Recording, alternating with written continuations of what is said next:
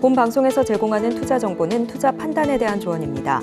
방송에서 제공하는 주식의 가치, 가격 상승 및 하락에 대해서는 방송사에서 보장하지 않습니다. 실시간 정보 브리핑입니다. 경기 침체에 선그은 골드만 CEO, 가을에 한두 번 금리 인하. 데이비드 솔로몬 골드만삭스 CEO가 미국 경제는 계속 나아갈 것이고 아마도 경기 침체는 없을 것이다라며 최근 확산한 미 경기 침체 우려를 일축했습니다. 그는 시장 일각에서 제기된 긴급 금리 인하 카드는 없을 것이라며 올해 가을 중 한두 차례 인하가 가능할 것으로 내다봤습니다. 최근 월가 안팎에서는 지난주 7월 비농업 고용 보고서 발표 이후 침체 우려가 커지며 글로벌 증시 폭락 등으로 이어지자 연준이 9월 FOMC가 열리기 전 긴급 금리 인하에 나서거나 9월 회의에서 이른바 B컷을 단행할 수 있다는 관측이 잇따랐습니다. 다만 솔로몬 CEO는 최근 충격이 조금 더 길게 느껴질 수 있다며 단기적 변동성이 커질 것으로 내다봤습니다. 아시아 증시 뒤흔든 엔화 3분기 환율 전망도 140엔대 하향. 검은 월요일의 배경 중 하나로 일본 엔화 강세가 지목된 가운데 증권사들이 3분기 엔달러 환율 전망치를 종전 150엔에서 140엔 초반까지 낮췄습니다. 일본 정부가 엔화 약세 저지에 나선 가운데 미국 경기 침체 우려가 맞물리면서 단기 변동성 확대가 불가피해졌습니다. 최근 엔화 가치 급등은 조기 금리 인상을 단행한 BOJ의 7월 금융정책결정회의 결과와 우에다 총재의 매파적 발언에서 비롯됐습니다.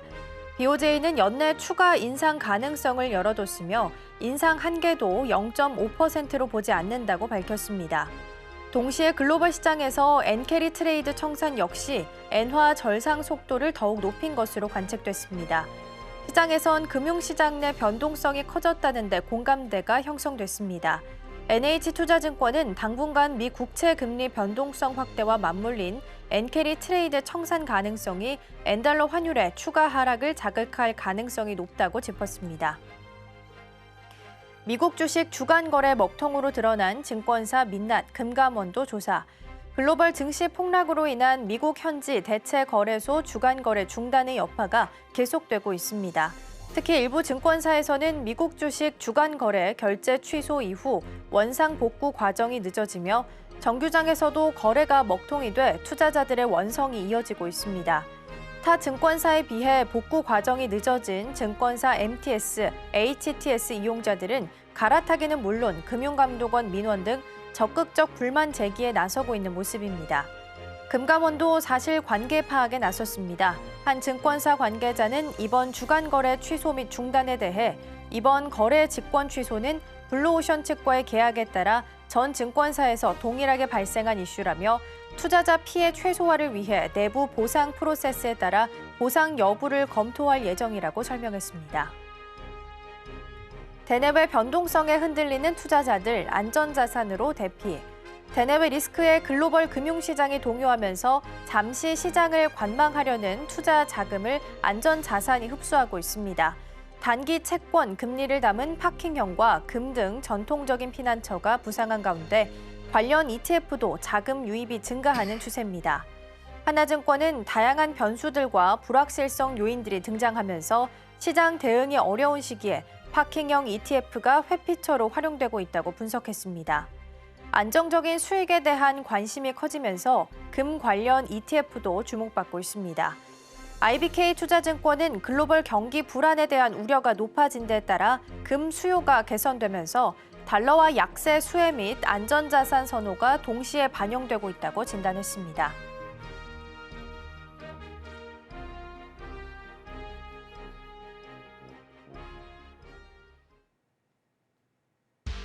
시청자 여러분 안녕하세요. 증시팔 시작합니다. 진행의 이가은입니다. 우리 시장도 미국 시장도 일단은 브레이크가 걸렸습니다. 어제 미국 시장도 반등에 성공을 하게 되면서 저가 매수세가 좀 유입이 됐고요. 그러다 보니까 3대 지수 모두 다 상승하면서 마감을 했습니다. 다만 진짜 바닥을 잡았는가 이 부분에 대해서는 조금 더 생각해 볼 필요가 있겠습니다. 이번에 이렇게 글로벌 증시에 있어서 폭락을 야기시켰던 기승전 N, 그러니까 N캐리 트레이드 같은 경우에는 JP모건 측에서 현재 한 50에서 60% 정도 청산이 됐다라는 분석을 내놨는데요. 다시 말해서 아직은 추가적으로 하락할 가능성이 좀 남아있다라는 부분을 이야기하기도 했다라고 보시면 될 것 같습니다. 단순한 데드캣 바운스인지 아니면 하락에 대한 리스크가 조금 더 필요한 시점인지는 고민 좀 해봐야 될 것 같습니다. 네, 어제 시장은 다행이다라고 생각할 수 있지만 조금 아쉬움이 남는 시장이었습니다. 일단 전 세계 증시를 강타했던 방화범인 일본 증시는 어제 거의 낙폭을 만회하는 10% 이상의 상승이 나와줬는데 우리나라 같은 경우에 조금 아쉬웠죠. 다행이었지만 아쉬웠죠. 어제 코스피는 장중에 5%까지 올랐다가 의외로 삼성전자에 좀 힘을 잃었습니다. 그 지수에 좀 영향이 있다 보니까 코스피는 3%에 마감을 했고요. 그나마 이제 선물 옵션에 관련돼서 조금 자유로운 코스닥 지수 같은 경우에는 어제 조금 그래도 한 절반 정도 낙폭을 만회하는 모습을 보였죠. 자, 그래서 우리 시청자분들이 지금 투자를 어떻게 해야 되냐. 그래서 제가 어제 막 이것저것 커뮤니티를 돌아다녀 보니까 기회 줄 때 떠나라라는 의견들이 참 많았고요. 저가 매수를 이용해서 공포의 주식을 사라라는 분들은 좀 많지 않았던 것 같습니다. 그래서 우리는 지금 이 시장에서 어떠한 선택을 해야 될지 참 어려운 상황인데요. 일본 같은 경우에는 지금 엔화에 대해서 많은 분들이 언제적 외나냐, 엔화의 힘은 이제 그저 그렇다, 조금 무시했던 분들이 꽤 많았었는데요.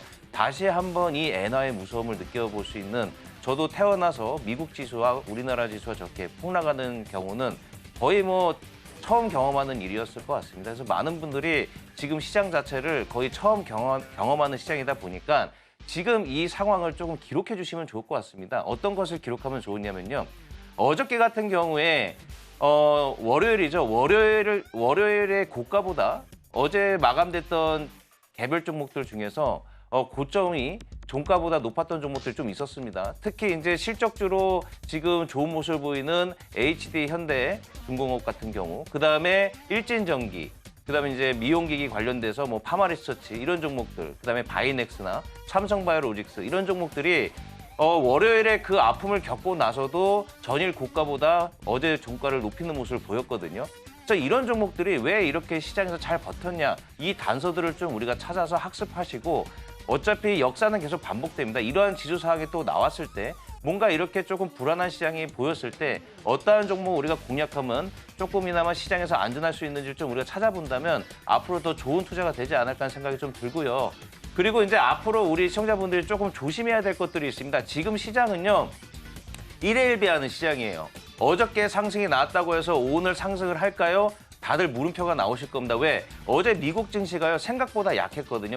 반등은 나왔지만 너무 욕심일지 모르나 그동안의 하락폭에 대비해서 반등이 상당히 약하게 나왔습니다. 그래서 뭔가 오늘 시장도 다들 걱정하실 것 같은데, 이럴 때 우리는 잠시나마 뒤로 조금 물러나서요, 지금의 불확실성을 좀 확인하고 넘어가야 됩니다. 지금의 불확실성, 일단 1차적으로 이 시장의 낙폭을 야기시켰던 1차 키워드는 엔화죠. 그래서 엔화가 어느 정도 진정이 되는 모습을 확인을 하셔야 되고요. 두 번째는 고용입니다. 다음 주 15일에 또 주간 실업수당 청구 건수가 나오는데요. 이걸 좀 우리가 체크를 하고 넘어가야 될 것 같고요. 그다음에 또 다음 주에 CPI도 발표가 됩니다. 그래서 어느 정도 이 경제 지표가 중요해지다 보니까 이 부분을 좀 체크하셔야 될 것 같고, 그다음에 이제 잭슨홀 미팅도 열립니다. 그래서 여기서 이제 금리에 대한 정책에 대한 코멘트가 어떤 것들이 나오는지도 우리가 좀 주목을 해야 되고요. 그다음에 내일 같은 경우는 우리나라 시장이 옵션 만기일입니다. 그래서 이게 또 시장의 변동성을 키울 수 있는 모습을 보일 수도 있기 때문에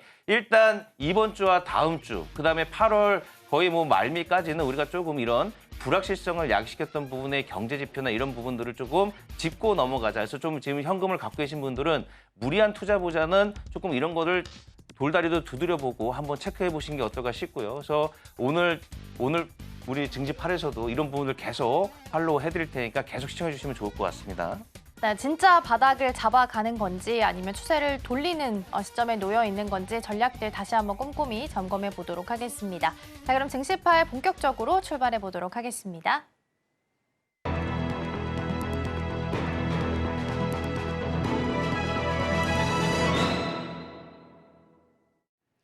네, 승부주 1라운드 출발해 보도록 하겠습니다. 오늘 도움 말씀에는 서울경제TV 포커스온 김선윤 전문가 화상으로 연결되어 있습니다. 전문가님 안녕하세요. 네, 안녕하세요. 네, 대표님 일단 엘컴텍 승부주 먼저 AS를 해야 될 것 같은데 지금 시장에서 AS가 무슨 의미가 있겠나 하겠지만은 엘컴텍 같은 경우에는 지금 증시 상황이 너무 좀 불안하고 또 중동 정세도 좀 불안하다 보니까 이 금에 관련된 종목들이 좀 좋은 모습 보였습니다. 엘컴텍도 그 중에 하나인데요. 지금 여기서 이제 좀 수익을 실현해야 될 것 같기도 한데 어떻게 보시나요?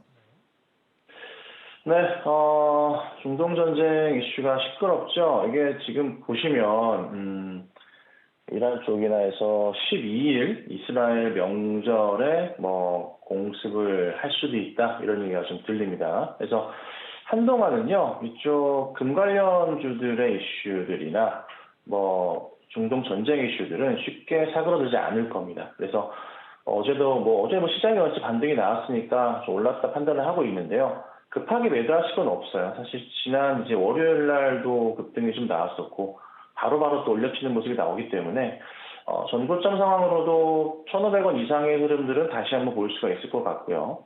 1,600원 정도까지는 좀 더 봐야 되지 않을까. 그리고 일전에 나왔었던 시장 불안, 중동 불안 이슈 등 대비해서 현재 이슈가 좀 많이 강한 편입니다. 전면전 좀 이슈가 좀 크기 때문에요. 강하기 때문에 추가적인 상승에 대해서 고민해 보시고 조금 더 홀딩하는 전략 취해 보도록 하겠습니다. 네, 계속해서 시간의 특징주도 살펴보도록 하겠습니다. 다행히 어제는 우리 시장 플러스권에서 마무리를 지었는데요. 장 마감한 후에는 어떤 종목들이 움직임을 보였는지 먼저 체크해 보시죠. 네, 시간의 특징주 종목입니다. 아이빔 테크놀로지, 아주스틸, 대한해운, 엑세스바이오, 흥하해운 자리하고 있고요. 시외에서도 중동 리스크 관련주가 부각이 됐습니다. 이란은 미사일 발사대를 이동시켰다고 하고요. 이스라엘은 헤즈볼라 핵심 부대 사령관을 드론으로 암살시켰다라는 보도도 나오게 됐습니다. 오늘 추가 상승 이어가게 될지 점검해 보도록 하겠습니다. 네, 시간의 특징주 먼저 점검해 봤습니다. 이 중에서 전문가님 오늘장 안에서 주목할 종목이 있다면 어떤 종목이 있을까요? 네, 오늘은 우선은 보시면은 대한해운 같은 경우랑 흥하해운이 우선 필수적으로 보셔야 될 것 같고요. 대한해운, 흥하해운이 중동 리스크 따라서 어제 시장에서 반등이 좀 있었었고 그 전에도 좀 움직임이 나왔죠. 대한해운은 좀 약했어요. 반면에 이제 흥하해운은 좋은 모습을 좀 보이기도 했는데 이게 쉽게 꺼내려갈 그런 이슈 자체가 아닙니다. 그래서 시간으로도 상승이 나왔다 보시면 될 것 같고요. 자, 그 다음 보시면은 엑세스바이오인데요.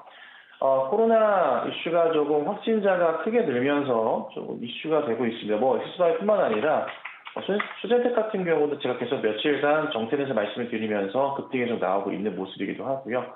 그리고 시장 같은 경우도 많은 흐름이 나와주고 있고 많습니다. 그래서 렉트노비스 같은 경우에도 흐름이 나쁘진 않고요. 그래서 우선은 시간으로 엑스바이오가 좀 급등이 나온 상황이라서 이쪽 엑스바이오가 아니더라도 진단키트 관련주들은 우선은 조금 계속 보셔야 된다. 이렇게 좀 정리해드릴게요. 그래서 오늘도 그렇지만은 향후 최소 한 일주일 정도는 코로나가 계속 이슈가 될 수도 있고 그리고 중동 전쟁 리스크가 이슈가 될 수 있기 때문에 그 관련주들은 필수적으로 계속 보셔야 되겠다. 그 정도로 정리해드리겠습니다.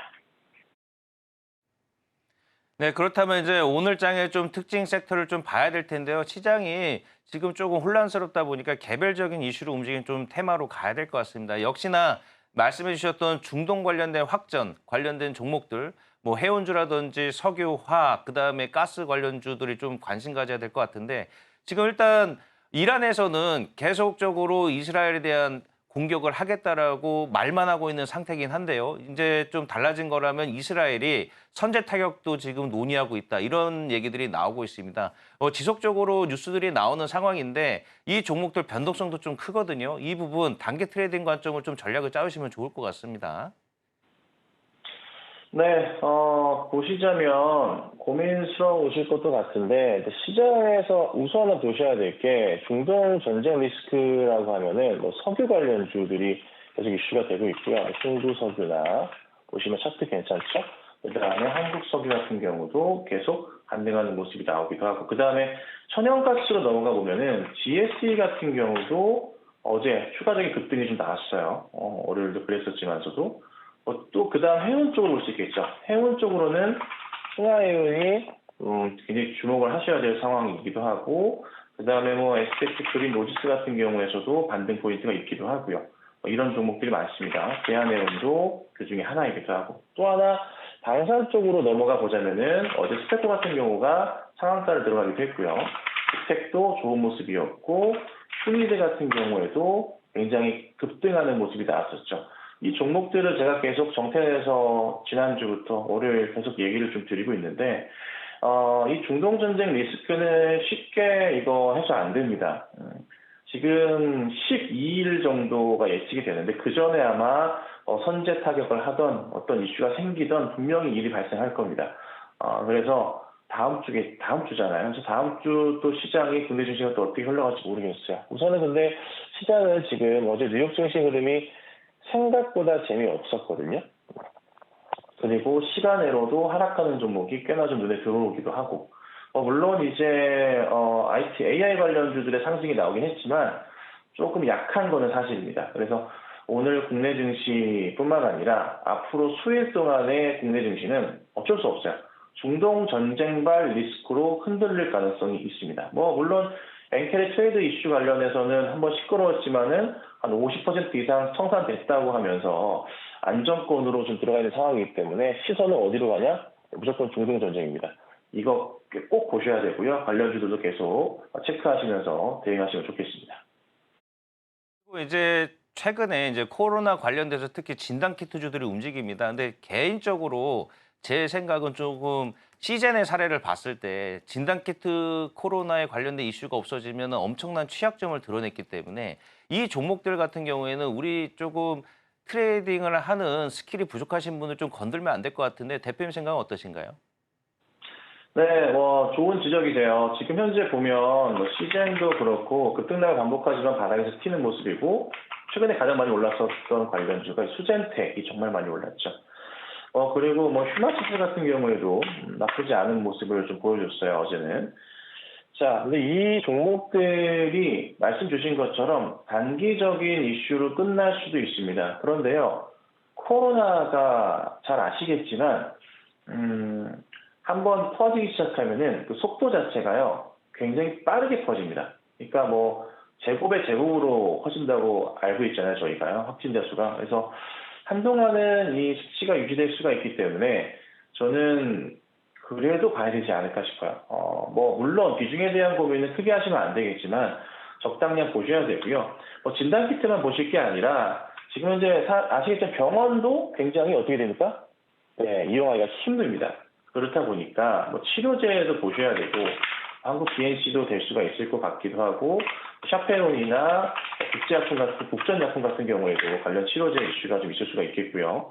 그 다음에 음압병실 관련해서도 이슈가 좀 될 수 있기 때문에 GH 신소재 같은 경우도 관련주로서 대응이 될 수가 있을 것 같기도 하고요.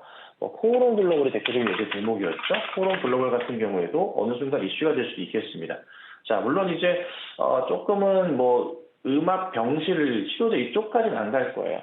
하지만 우선은 진단키트가 그 중심에서 저는 한동안은 이슈가 될 수 있다. 아직은 이 흐름이 죽지 않았다 판단되기 때문에 대장주격인 수젠텍이나 휴마시스나 시젠 같은 경우, 랩지노미스 같은 경우, 엑세스바이오 마찬가지지만 그래도 관심을 두시고 짧게나마 단타할 수 있는 구간은 분명히 있으니까 참고하시고 대응하시기 바랍니다. 오늘 역시 그리고 그동안에 방송에서 했던 내용들을 듣고 제가 생각해 봤을 때는 역시나 오늘의 승부주는 중동 전쟁 관련된 섹터에서 나올 것 같습니다. 맞죠? 네, 그렇습니다. 자, 오늘 사실 제가 흥하해운을 하고 싶었는데 흥하해운이 최대주주가 1,000만 주를 팔았어요. 1,000만 주를 팔았거든요. 그래서 혹시 더 매도가 나올 게 아닌가? 지분을 74%에서 71%까지 줄이는 모습이었습니다. 그래서 이거는 혹시 모르겠다. 그래서 어차피 같은 라인이니까 대한해운으로 오늘 제가 선택을 좀 했는데 내용 자체는 다 똑같습니다. 근데 이제 대한해운의 수급상 자체가 꽤나 괜찮다는 거죠. 갑자기 밀려 들어오기 시작한 외인과 기관들의 수급사항들 매도해서 좀 매수로 전환되는 모습이 조금 잡히긴 하거든요. 아직 많지는 않지만 기대를 좀 걸어볼 만하고, 그리고 또 하나 이슈 자체 나쁘지 않고 차트 흐름도 바닥에서 되돌리는 모습이 이렇게 형성이 돼 있어요. 나름의 쓰리바닥이라고 볼 수 있는데 이 자리에 돌리기 때문에 매수가 가능한 거라고 판단을 합니다. 그래서 매수가는 1,900원, 2,000원 정도 잡고 대응하시면 될 것 같고요. 목표가는 제가 2,500원까지 설정을 해드릴 겁니다. 물론 짧게 올라갔을 때 정리하셔도 상관없습니다. 그리고 손절가는 아주 짧게 1,850원 말씀드리도록 할 테니까 참고하셔서 매매 활용하셔서 좋은 수익 내보도록 하겠습니다. 네, 1라운드 승부주 만나봤습니다. 대한해운입니다. 중동 리스크는 계속해서 고조되고 있고요. 또 이란이 내일 이슬람 협력기구 회의에서 일단 이스라엘에 대해서 보복을 하는 것에 대해서 지지를 좀 호소할 예정이다라는 보도도 나오게 됐습니다. 계속해서 리스크가 커지고 있는 시점 속에서 대한해운 제시해 주셨고요. 외국인과 기관의 매수세도 계속해서 유입되고 있습니다. 목표가로 2,500원 그리고 손절가로는 1,850원 말씀해 주셨습니다. 우리 김선윤 전문가님에 대한 자세한 전략들 궁금하다 하시는 분들께서는 정오의 템베거에서도 확인하실 수 있으니까요. 많은 관심 부탁드리겠습니다. 오늘 전문가님 말씀은 여기까지 듣도록 하겠습니다. 오늘 말씀 고맙습니다. 네, 감사합니다.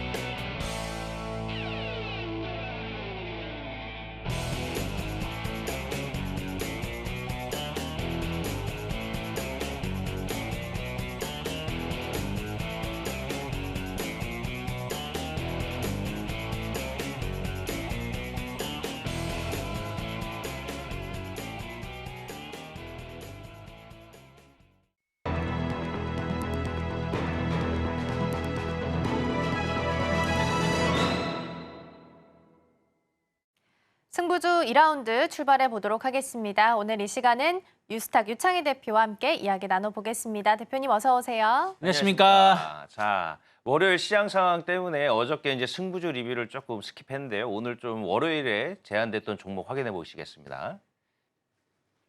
네, GS건설이 일단 소개가 됐었다가 네. 그날 좀 장이 너무 시커멓다 보니까 네. 그 어저께 수익률 리뷰는 안 했었는데 네. 자, 일단 1.38%입니다. 네. 어차피 뭐 지금 많은 종목들이 네. 시장 영향으로 내려간 거라 네. GS건설보다도 제가 더 궁금한 거는 파마리서치거든요. 네. 파마리서치가 지금 월요일에 그 종가보다 어저께 회복률이 더 높았습니다. 네. 고가 높게 종료가 됐기 때문에 이 화장품 업종 중에 파마리서치 AS가 더 궁금하거든요. 네, 뭐 최근에 이제 시장을 보시면 물론 이제 이틀, 3일만 본다고 했을 때 대부분의 종목군들이 크게 조정이 나왔다가 좀 반등을 주고 있는데 최소한 월요일 시가 혹은 화요일 그 지난주 금요일에 시가를 회복하는 기업이 있고 회복하지 못하는 기업이 있다 생각 좀 하고 있어요.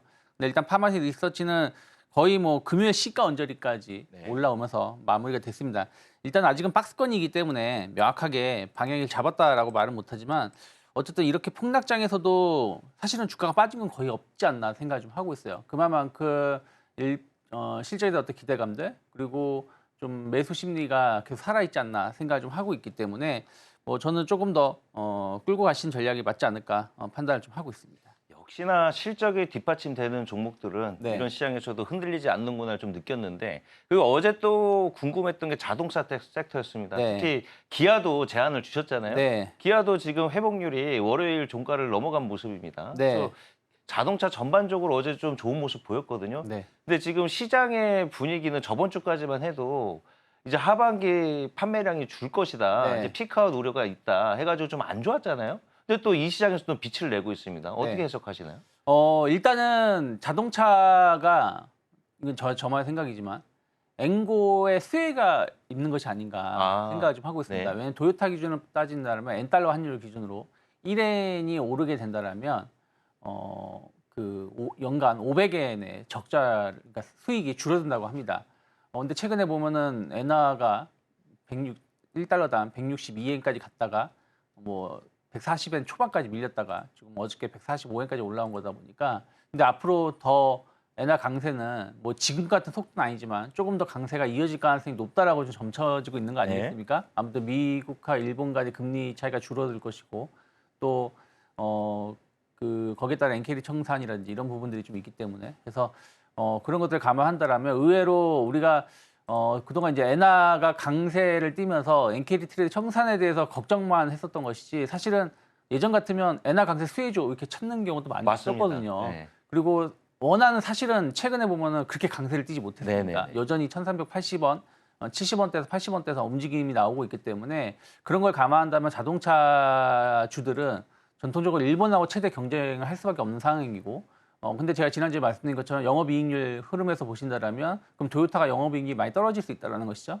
그래서 그런 측면에서 본다라면 의외로 자동차주가 지금은 아직은 시장이 워낙에 흔들리다 보니까 대형주가 같이 밀리고 있지만 충분히 더 힘을 낼 수 있지 않을까 판단하고 있습니다. 네, 그 말씀해 주시는 얘기 들어보니까 저도 이걸 느꼈어요. 그동안에 우리가 전통적으로 계속 챙겼던 것들을 네. AI 때문에 잊었었거든요. 네. 특히 엔화에서도 우리나라가 이제 외국에서 현대차하고 도요타가 경쟁자다 보니까 이 엔화하고 우리나라 원화의 이 환율이 되게 예민했었는데 말씀해 주신 거 들어보니까 이해가 됩니다. 그러니까요.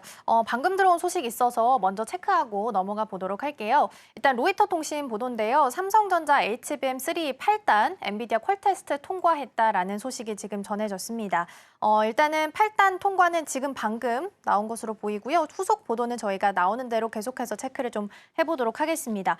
퀄 테스트 통과 기다렸던 소식이 만약에 맞다면 오늘 삼성전자 다시 한번 좀 상승할 수 있다라는 부분 기대해봐도 좋을까요? 네, 뭐 이게 만약 통과한 게 맞다라면 삼성전자가 콩콜에서 그런 발언들을 했었죠. 3분기부터 본격적으로 HBM3를 공급을 할 거다라고 말을 했기 때문에 그러면 정말로 늦어도 8월 중순 이후 전후로 해서는 통과가 돼야지 된다라고 생각을 하고 있었거든요. 제가 그건 이 시간에도 말씀드렸고 왜냐면은 통과가 돼야지 8월 말이나 9월 초에 뭐 비행기로 실어서 보내든 배로 보내든 할 거 아니겠습니까?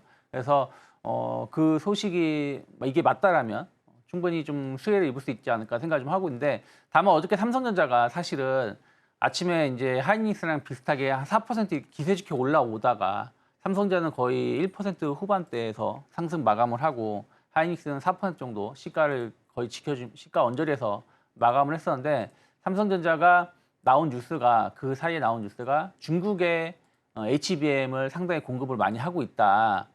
라는 뉴스가 나오면서 삼성전자가 주가가 좀 흔들렸거든요. 그래서 이 부분하고 HBM3 통과하고 조금 어느 쪽에 조금 더 투자자의 관심을 좀 보여줄 수 있을지 여부를 봐야 되지 않을까. 또 하나는 하이닉스가 또 그 말을 했거든요. 8월 중에 하이닉스가 말한 게 아니라 제가 관계자한테 들은 그런 뉴스를 본 건가요? 어쨌든 8월 중에 12단 통과를 좀 확신하고 있다라고 말을 했어요. 삼성전자는 8단이기 때문에 12단 관련해서 하이닉스가 통과를 하는지 여부를 계속해서 지켜보면서 뭐 삼성전자 하이닉스 계속 좋은 경쟁 관계 이어간다라면 주가는 일단은 뭐 하반 경직성 어느 정도 확보가 된 상황에서 좀 점진적인 반등세가 나올 수 있지 않을까. 다만 예전처럼 HBM 통과했다고 하면서 막 한 8%씩 6%씩 올라오기보다는 시장이 워낙에 안 좋다 보니까 상승은 좀 제한적인 흐름들. 그러면서 외국인 수급을 좀 봐야 되지 않을까 판단하고 있습니다. 네. 그 2주 전이었나요? 그때도 이제 로이터에서 이 시간대에 이 기사 속보가 나가지고 맞아요. 결국에는 3E가 아니라 3만 쓰리만. 통과했다. 네. 근데 이번에는 정말 진짜인 것 같습니다. 이렇게 지금 많은 언론사에서 네. 통과됐다고 속보를 내다 보니까 자 그럼 이제 저는 이제 개인 투자 입장에서는 계산기를 조금 돌려야 되는데 네. 속도전입니다. 어느 쪽으로 일단 낙수 효과를 볼 수 있을까요? 장비단에서? 뭐 일단은 그러면 최근에 이제 YC가 네. 뭐 급락이 나오긴 했습니다만은 YC가 이제 테스트 쪽으로 해가지고 좀 기대감이 있으면서 주가가 움직임이 나왔었거든요. 그럼 다시 한번 YC도 충분히 한 18,000원대 이상으로 2만 원대로 반등할 수 있는 모멘텀이 좀 만들어질 수 있지 않을까 생각을 좀 하고 있고요.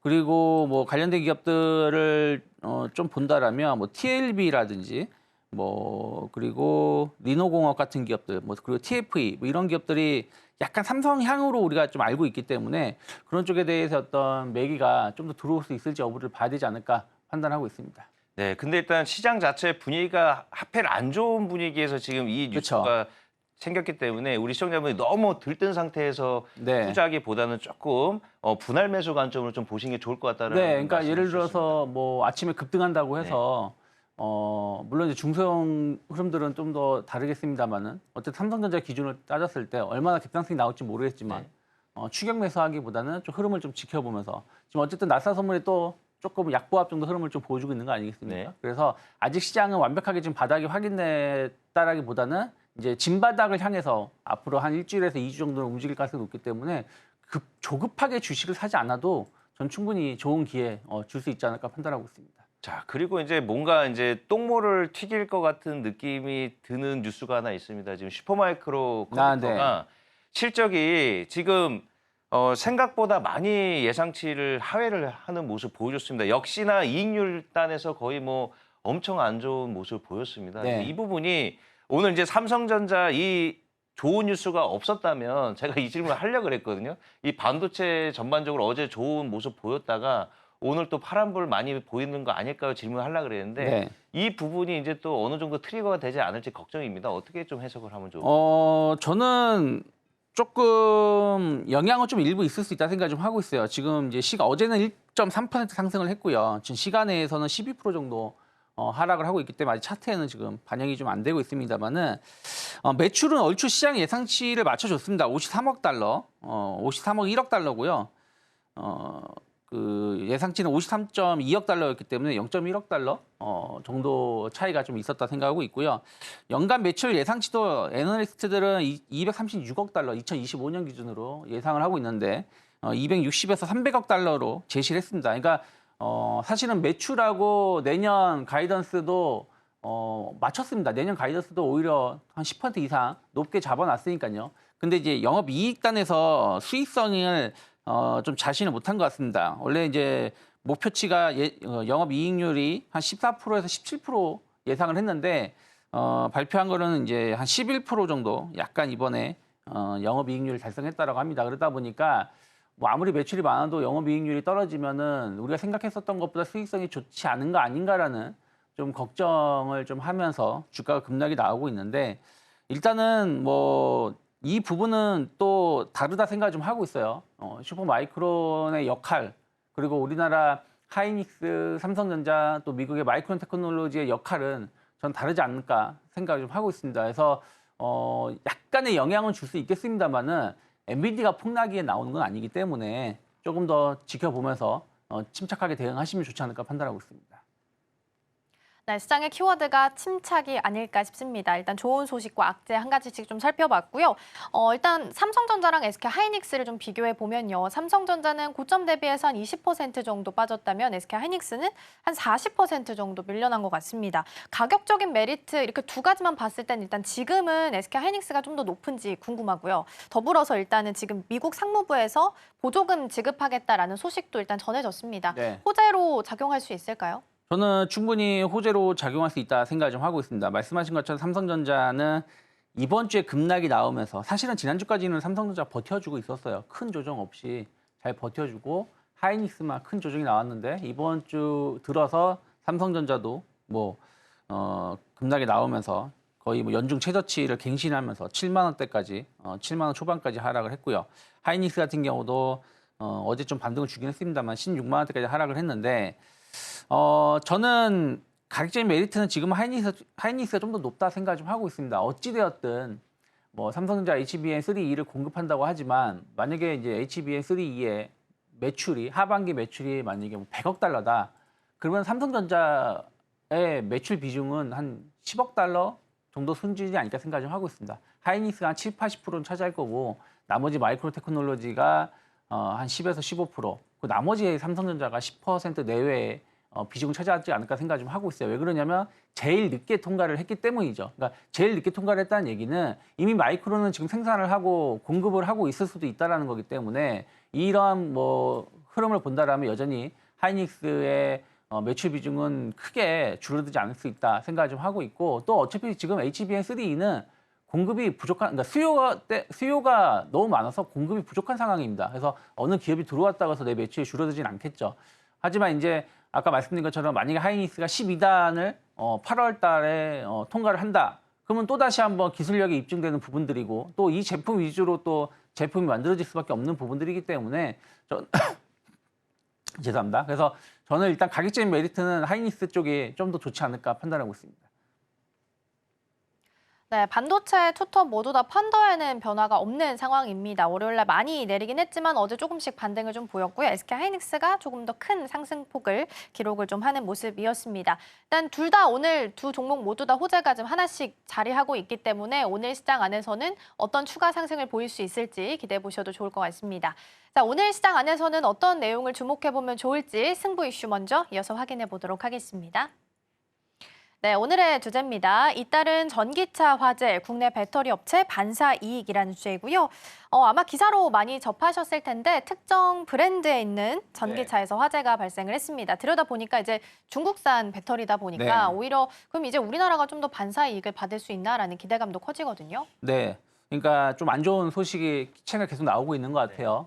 벤츠의 EQE 모델이 주행 중도 아니고 충전 중도 아니고 그냥 한 며칠 주차해 놨는데 갑자기 화재가 나면서 지하 주차장에 있는 차량들 몇 대를 전소를 시키고 지금 거기에 문제가 있어서 다들 지금 좀 피난 생활을 좀 하고 있다라는 소식이 나왔는데 이게 사실은 벤츠가 EQE 모델에 CATL 제품이 들어간다라고 홍보를 했었고 많은 사람들이 들어간다라고 생각을 하고 있었는데 이번에 보니까 CATL 제품이 아니라 중국 구이 업체 파라시스 배터리를 사용한 것으로 확인되고 있다는 거죠. 근데 뭐 이게 꼭 그렇다라고 말은 못하지만 이번 사건과 같은 몇몇 사례들이 미국에서 좀 일부 있었고요. 미국에서도 주차장에 주차해놨는데 갑자기 화재가 발생한 사례가 좀 몇 건 있다라고 합니다.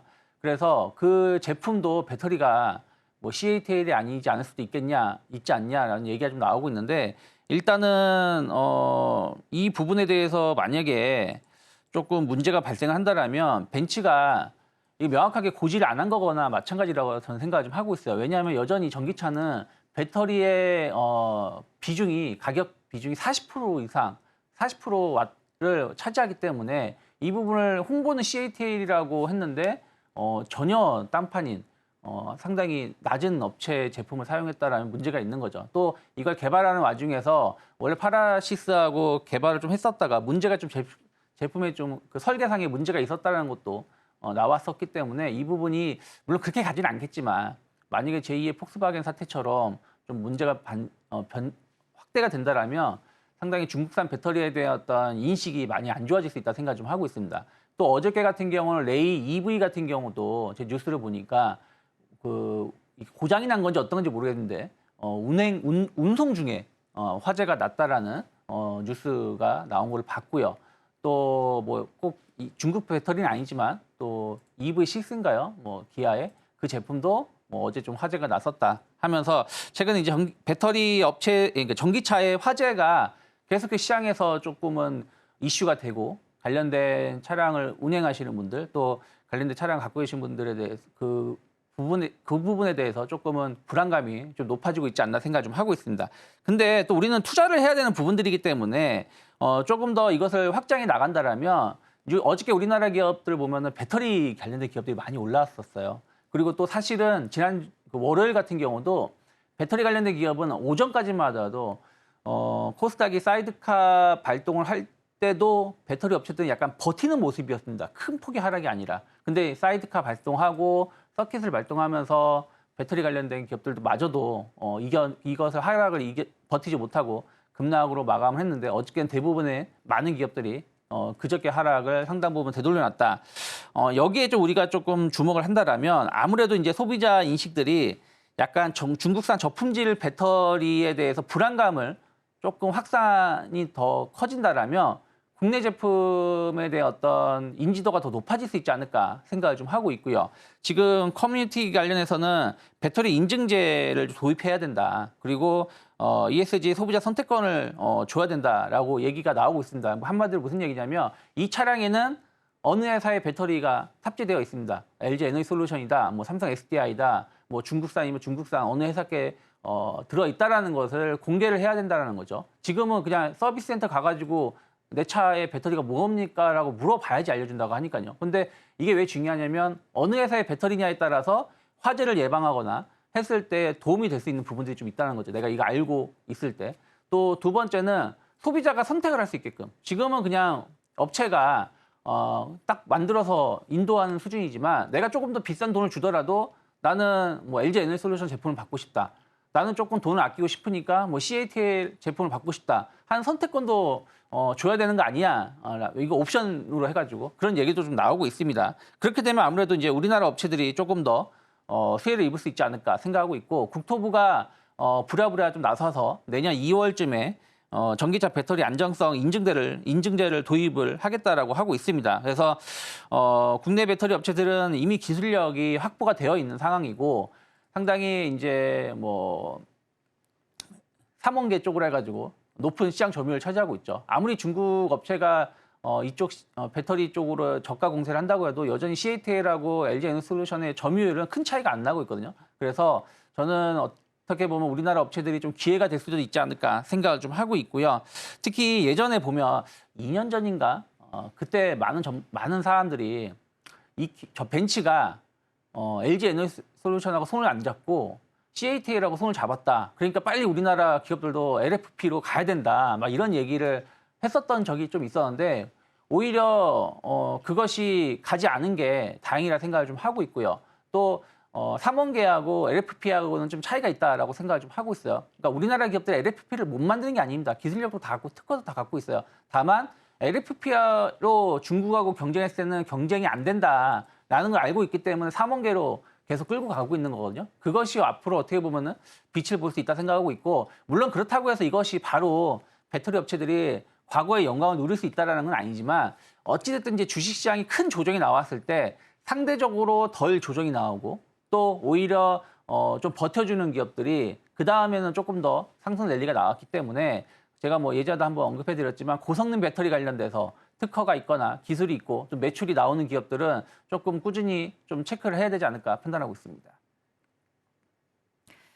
일단은 우리나라 자체만 놓고 봤을 때 기술력이 이미 확보가 되어 있는 상태이기 때문에 상대적으로 수혜를 좀 받을 수 있지 않겠는가라는 기대감이 좀 모아지고 있습니다.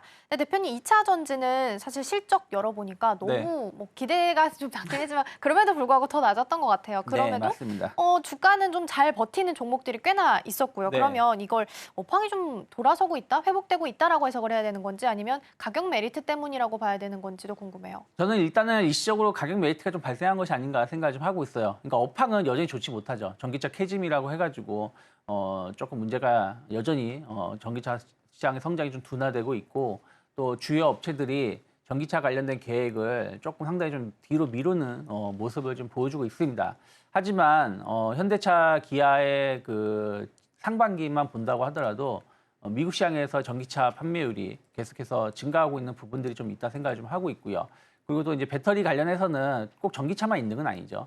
ESS라든지 이런 부분들로 해가지고 좀 적용될 수 있는 부분도 저는 있다 생각을 좀 하고 있습니다. 그래서 조금 변화가 되고 있는 부분에 대해서 우리가 좀 체크를 한다라면 충분히 수익을 낼 수 있는 좋은 기업이 있지 않을까 생각을 좀 하고 있고요. 또 아까 말씀드린 것처럼 아직 이거는 저만의 소설일 수 있습니다. 근데 만약에 지금 워낙에 중국 때리기가 전 세계적으로 공통적으로 진행되고 있는 거 아니겠습니까? 미국도 뭐 중국산 차량의 수입이 전혀 없음에도 불구하고 관세를 100% 이상 올려놨고 유럽도 중국산 차량에 대해서 전기차 관련해서 관세를 계속 높이는 것이 확정되었기 때문에 이런 중국 규제 그러면서 이번에 벤치의 화재가 조금 글로벌하게 이슈가 된다라면 상당히 중국 업체들은 피해가 좀 크게 나올 수 있다 생각하고 있고, 왜 그러냐면 CATL이 우리는 그 회사가 달라요라고 하지만 어쨌든 LFP, 뭐 NCM 제품을 만드는 건 똑같으니까요. 그래서 이런 부분들이 문제가, 이런 게 분위기의 전환이 된다라면 꼭 주가라는 건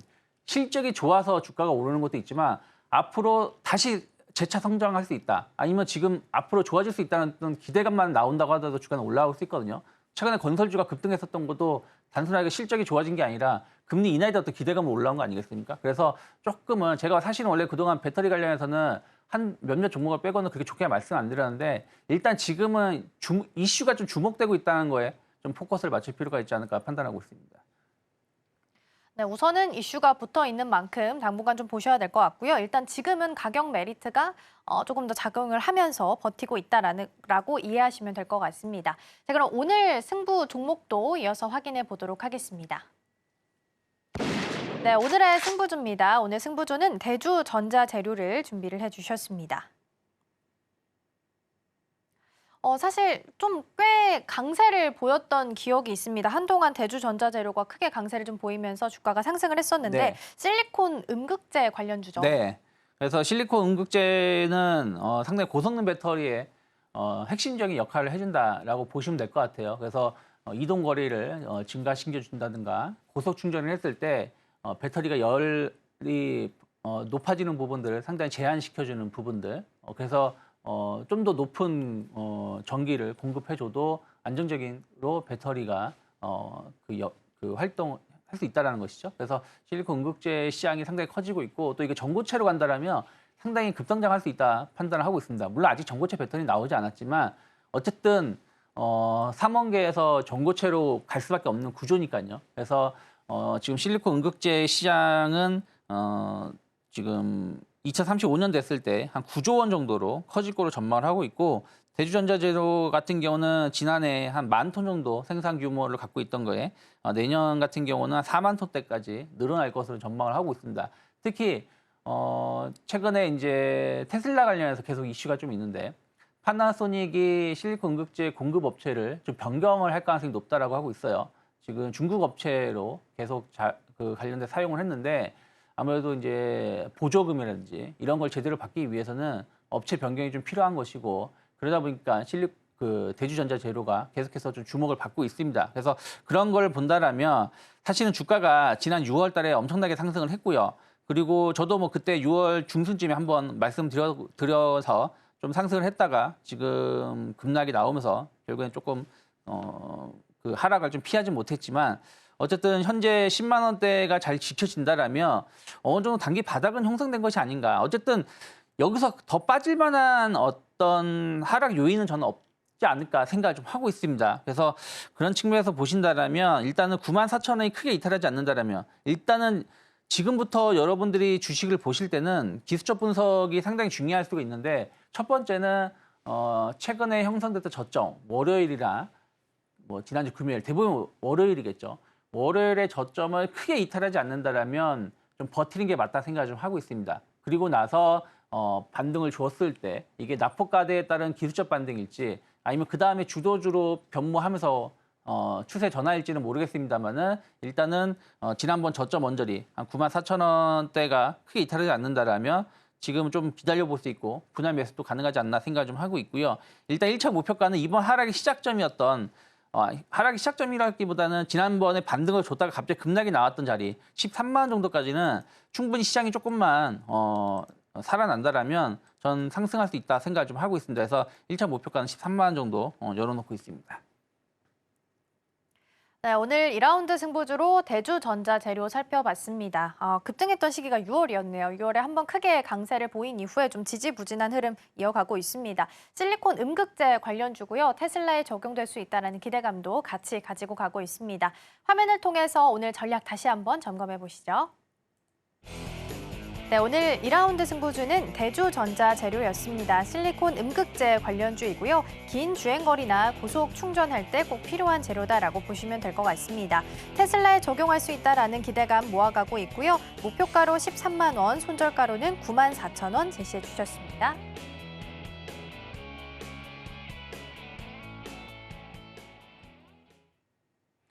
네, 아직 주요 변수들이 앞에 줄줄이 있는 상황입니다. 그래서 우리 시청자분들과 우리 투자자분들 오늘 시장 오늘만이 아니고 일단 이 또한 지나갈 거니까 우리 시청자분들 힘내시고 승부주에서 계속 이슈 나오면 대응해 드리도록 하겠습니다. 내일 또 유창희 대표님과 찾아뵙도록 하겠습니다. 네, 저는 개장 방송으로 여러분과 계속해서 함께하도록 하겠습니다. 잠시 후 정선호의 이주식이 이어지니까요. 많은 관심 부탁드립니다.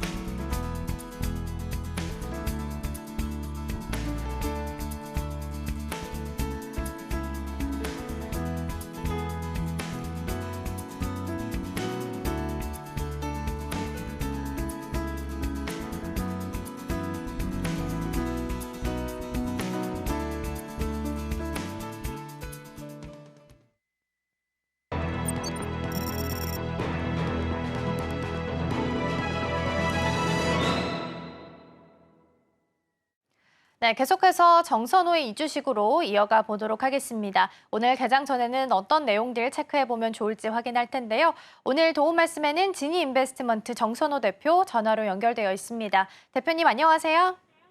예, 안녕하세요. 네, 오늘 개장 전에는 어떤 내용들 체크해보면 좋을까요? 일단은 오늘은 휴마시스라든지 아이온 테크놀로지 이 두 가지 종목에 대해서 좀 먼저 이야기를 해보려고 합니다. 일단은 휴마시스 같은 경우는 여러분들도 잘 알다시피 최근에 이제 코로나19 관련해가지고 이제 다시 재확산 우려가 굉장히 많이 우려가 되고 있어요. 특히나 과거에 최근에는 냉방병이죠. 그냥 요즘 냉방병 때문에 많은 환자들이 찾았는데 냉방병인 줄 알고 봤더니 이게 코로나였다라는 말이 있을 만큼 그냥 보통의 사람들이 지금 감기라고 생각하는 것들이 대부분 코로나로 많이 판명되는 경우가 많습니다. 그렇기 때문에 이 코로나 같은 경우가 지금 이제 과거 물론 인원이 워낙 줄었다가 늘어나는 추세다 보니 증가하는 부분도 없지 않아 있지만 어쨌든 이런 코로나 환자가 지금 못해도 3배, 4배가 늘어나고 있다고 하니 이 코로나 확산 우려에 대한 부분이 가장 중요한 게 아닌가 좀 생각해보고 있고요.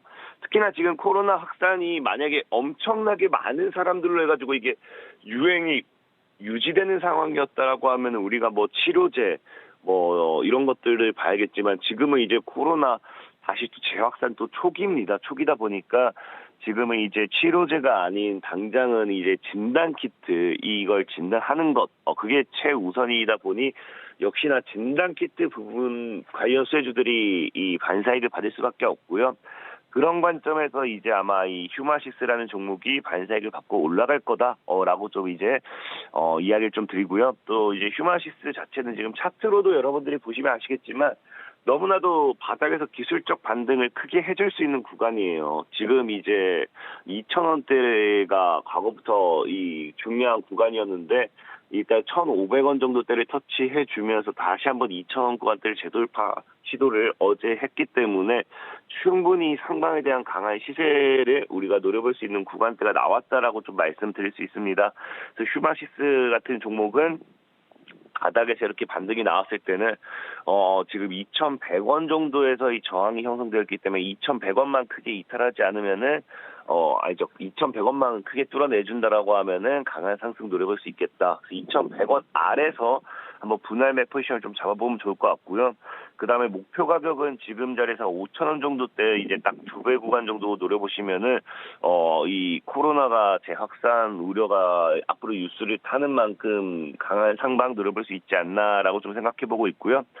손절 가격은 지금 1,500원 정도로 보는 게 좋겠다라고 좀 말씀을 드리면서 휴마시스 설명 마무리하도록 하고요. 자, 그 다음에 이제 아이빔 테크놀로지라고 있어요. 이 종목 같은 경우는 기본적으로 이제 의료기기로서 이제 의료기기란 건 약간 제약바이오로 좀 엮이는 그런 모멘텀입니다. 근데 여러분들 알다시피 최근에 이제 말도 안 되는 경기 침체다 뭐다 이런 공포감이 조성이 되다 보니까 시장 자체 전반적으로 금리 인하 이 기대감이 굉장히 많이 나와주고 있어요.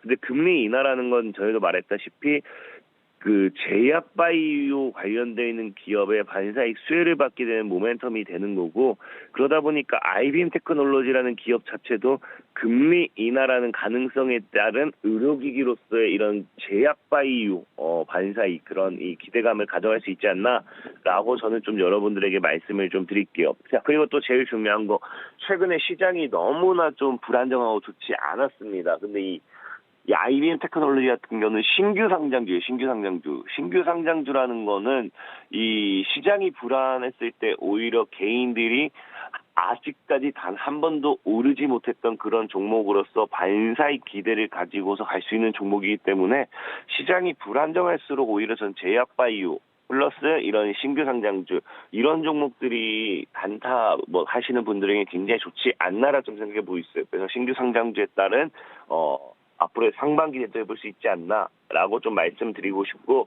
일단은 휴마시스가 이죠. 아이빔 테크놀로지 같은 경우는 신규 상장주기 때문에 차트를 보고서 목표가 매수가를 설정하는 건 어려워요. 다만 지금 자리에서 매수가를 봤을 때 현재 어제 종가 기준으로서 흐름을 잡는다고 하면은 14,500원 아래로 여유롭게 매수 구간이 나와주지 않을까 좀 생각해보고 있습니다. 자, 그리고 이제 목표 가격은 지금 고점 3만 원대 손절 가격은 8,000원 정도 이렇게 보시면서 대응하면은 충분히 안정적인 매매 가능하겠다 좀 말씀을 드리면서 오늘 종목 소개 마무리하도록 하겠습니다. 네, 두 가지 종목 살펴봤습니다. 첫 번째로 휴마시스였습니다. 요즘 코로나19 환자 수가 4주 사이 5.1배 마냥 좀 크게 증가했다라고 하죠. 관련해서 관련주로서 좀 보시면 좋을 것 같고요. 손절가 1,500원 말씀해 주셨습니다.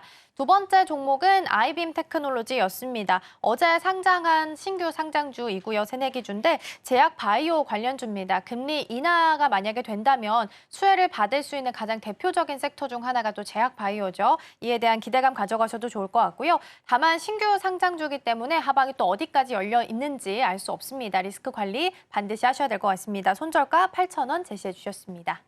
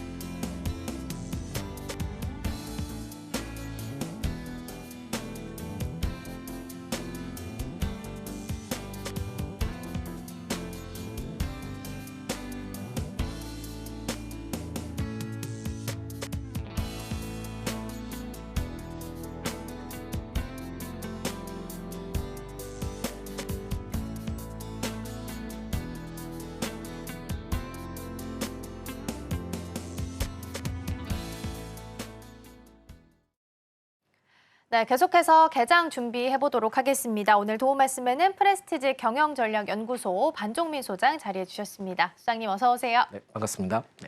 네, 아까 저희가 잠시 이야기 나눈 것처럼 오늘도 시장이 참 좋았으면 좋겠습니다. 일단은 미국 시장이나 우리 시장이나 브레이크는 좀 살짝 걸렸습니다. 근데 이게 지금 데드캣 바운스인지 아니면 추세 전환 쪽에 좀 있는 건지 어느 쪽에 조금 더 가까울까요?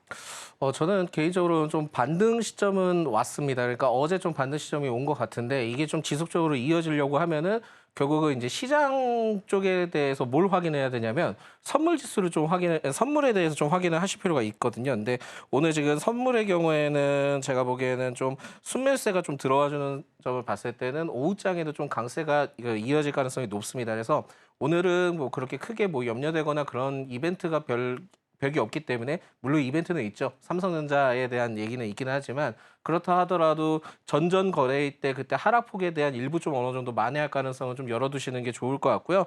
물론 이제 미국에 대해서 그 나스닥 선물, 그 야간 선물이나 이런 쪽에 대해서는 지금 뭐 약보합 상태를 나타내고 있지만 그렇게 크게 걱정되실 분 그 내용은 아닌 것 같습니다. 그래서 지금 내일이 그 국내 옵션 만기일이거든요. 그렇다 보니까 옵션 만기 전까지 오늘 만약에 선물 쪽에 매수세가 좀 강하게 들어오지 않는다 하면은 내일 때 아마 매수세가 좀 더 들어오면서 상승으로 좀 끝날 가능성이 높고 오늘 만약에 순매수세가 굉장히 크게 들어와서 뭐 1조 원 가까이 이상 들어오게 된다 한다면 내일 오후장 때는 아마 일부 좀 그 순매도가 좀 나올 가능성이 있기 때문에 이 점을 보고 좀 적절히 그 트레이딩 관점으로 생각을 해보시는 게 좋을 것 같고요. 개인적으로는 지금 뭐 시장에 대해서는 변동성이 좀 상당히 심한데 최근에 이제 저번 주 금요일부터 월요일 때 그 하락장을 좀 보셨을 때 굉장히 좀 두려움에 가득 차셨을 겁니다. 근데 미국에 대해서 이제 뭐 경기 침체가 오는 거 아니냐 이렇게 얘기하는데 이 7월의 경우에는 결국은 실업률이 좀 어느 정도 증가하긴 합니다. 근데 여기에 대해서는 뭐 토네이도 관련된 이슈도 있고 그러다 보니까 거기에 대한 그 굉장히 좀 많은 하락에 대한 그 거리를 좀 찾는 것으로 좀 판단이 되고 있거든요. 그렇지만은 최근에 또 지표가 나오는 거 보면은 아직까지는 좀 미국 쪽에서 경기 침체에 대한 얘기까지는 나오기는 좀 힘든 시점이기 때문에 상승의 가능성을 좀 더 열어두시는 게 좋은데 결국은 내일 옵션 만기 전에 포지션이 어떻게 될지를 좀 간단하게 좀 잘 체크를 하셔야 되지 않을까라고 봅니다. 그래서 전체적으로는 뭐 증시에 대한 분위기를 봤을 때는 그렇게 나쁜 상황은 아니다 보니까 내일장까지는 트레이딩 관점으로는 유효하다라는 말씀을 먼저 드리겠습니다. 네, 나쁜 흐름은 아니지만 내일까지는 트레이딩 관점 유지하셔야 될 것 같습니다. 앞서서 살짝 언급해 주신 것처럼 삼성전자는 또 호재가 있습니다. 삼성전자가 HBM3 8단 엔비디아 퀄테스트 통과한 것으로 나왔고요. SK하이닉스 같은 경우에는 미국 상무부에서 일단 지금 보조금 받는다라는 이슈가 있었고 더불어서 투자한 거 대비해서 보조금 비율이 삼성전자보다도 훨씬 더 크다라는 보도도 있었습니다.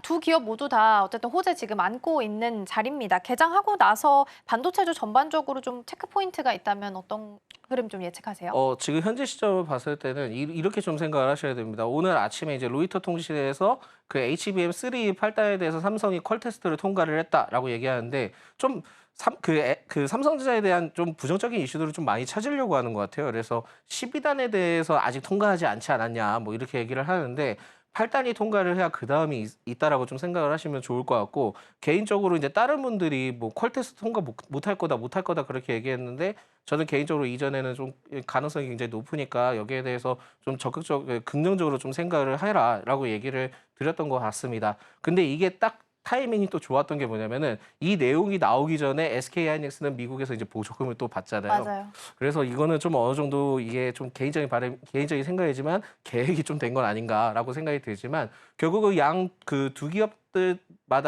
기업마다 다 지금 긍정적인 얘기들이 나오고 있기 때문에 지금은 그렇게 크게 문제가 있을 것 같지는 않다라고 말씀을 드리는데 그렇다 하더라도 오히려 지금은 삼성전자 쪽에 비중을 좀 더 싣고 가는 게 맞지 않나라는 말씀 드리겠고 이제는 어떤 내용이 나올 가능성이 높으냐면은 엔비디아에서 이제 뭐 그 공급 과잉에 대한 얘기가 좀 나올 가능성이 높습니다. 그래서 이제는 뭐 SK하이닉스 쪽에 뭐 피크아웃 우려에 대한 얘기도 솔솔 나올 때가 되다 보니까 여기에 대한 좀 부정적인 뉘앙스들이 많이 연출될 가능성이 높은데 아직까지 실적은 그 3분기 실적에 대한 내용들은 안 나왔잖아요. 그리고 지금은 그 7월 달에 그 수출입 동향 데이터를 봤을 때도 반도체가 그렇게 나쁘진 않습니다. 그래서 8월 달에도 수출입 동향 데이터를 확인을 했을 때 반도체의 수출이 계속 증가를 하고 있다 한다면 이번 분기까지는 SK하이닉스나 삼성전자는 그렇게 크게 문제가 있지 않다라고 좀 생각하시면 좋을 것 같습니다. 그래서 이제 뭐 엄마가 좋아, 아빠가 좋아 둘 다 이제 비슷한 얘기긴 한데 개인적으로는 지금 현재 시점에 대해서는 SK하이닉스가 최근에 과대 낙폭을 좀 보이기는 했지만은 매수 관점으로 좀 유효하다라고 좀 생각이 드는데 다만 이제 비중을 뭐 크게 실기는 좀 부담스럽다라는 말씀을 드리겠고 삼성전자의 경우에는 전일 좀 상승하는 듯 했지만 좀 많이 밀렸거든요. 밀렸는데 오히려 이러한 기회를 따졌을 때 분할 매매 관점으로 삼성전자를 계속 좀 모아가시게 된다 하면은 하반기 때 굉장히 큰 이슈가 있을 것 같고요. SK하이닉스에 대해서 좀 더 말씀드리자면은 지금 뭐 보조금에 대해서 얘기가 나오는데 저는 개인적으로는 미국 대선도 좀 같이 좀 지켜보셔야 될 겁니다. 같이 좀 지켜보셔야 될 것 같고요. 추가적으로 제가 알기로 우시 공장에 대해서 이제 중국 쪽에 지분을 좀 매각을 하는 걸로 알려져 있거든요. 그 시기대가 아마 10월 정도로 알려져 있는데 그때 또 어떠한 변수가 있을지 모르니 이 점을 좀 같이 좀 참고를 해서 보셔야 될 것 같고 지표나 수치적인 부분들을 봤을 때는 둘 다 그렇게 큰 문제는 없다라는 말씀을 드리겠습니다. 네, 반도체주 향방 먼저 체크를 좀 해봤습니다. 8월에 나오는 수출입 동향도 좀 보셔야 될 것 같고요. 반도체가 계속해서 흐름 잘 이어가게 될 수 있기를 바라보도록 하겠습니다. 또 오늘 아침 기사 보니까 대왕고래 프로젝트 기사가 좀 있더라고요. 탐사 시추를 위해서 물리 검증 용역 계약을 체결을 했다. 물론 상대는 외국계 기업이다. 아직 뭐 베일에 쌓여있다라는 이야기는 좀 보도가 됐었는데 오늘 관련주들 흐름을 좀 먼저 예측을 해보자면 뭐 유가나 가스 관련주 대응 좀 어떻게 해보면 좋을까요? 일단 지금 저도 확인을 해봐야 되는 시점인 것 같아요. 근데 일단 지금 한국가스공사에 대해서는 좀 분위기가 좋은 것 같습니다. 그래서 지금은 대왕고래 관련된 이슈는 아마 이달 말까지는 계속 좀 이어질 가능성이 높다 보니까 트레이딩 관점으로 좀 적절하게 이용을 해보시면 좋지 않을까라는 말씀 드리겠고요.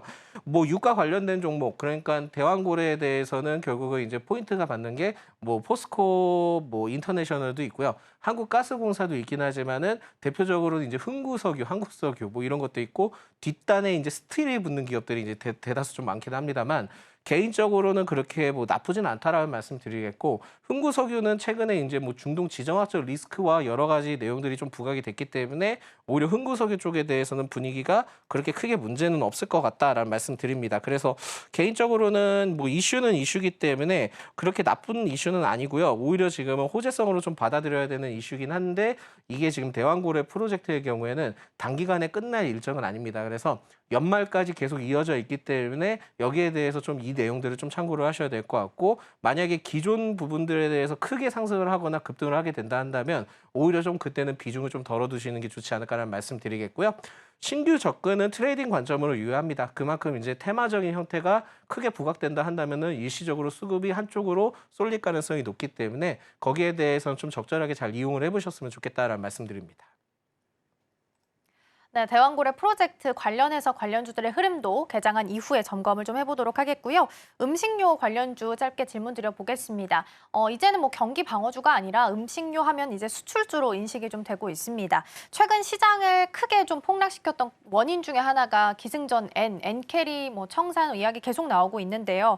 한 JP모건 측에서는 50에서 60% 정도 청산이 됐다. 그래서 아직 좀 남은 부분이 있으니까 리스크 관리 필요하다라고 얘기는 하는데 만약에 당분간 엔화 강세, 달러 약세 이어지게 되면 이렇게 수출 좀 중심으로 하고 있었던 음식료들한테는 좀 부담이 될 수도 있을 것 같은데 전략 좀 어떻게 짜보면 좋을까요? 일단 좀 그 내용들을 봤을 때는 거시적으로는 좀 부담이 될 수는 있겠죠. 그래서 여기에 따른 영향은 좀 있을 가능성이 높긴 하지만 또 다시 좀 그 달러가 또 강세를 보이고 있다 보니까 여기에 대해서 얼마나 이게 좀 반영을 받을까라는 좀 생각을 해보셔야 될 것 같습니다.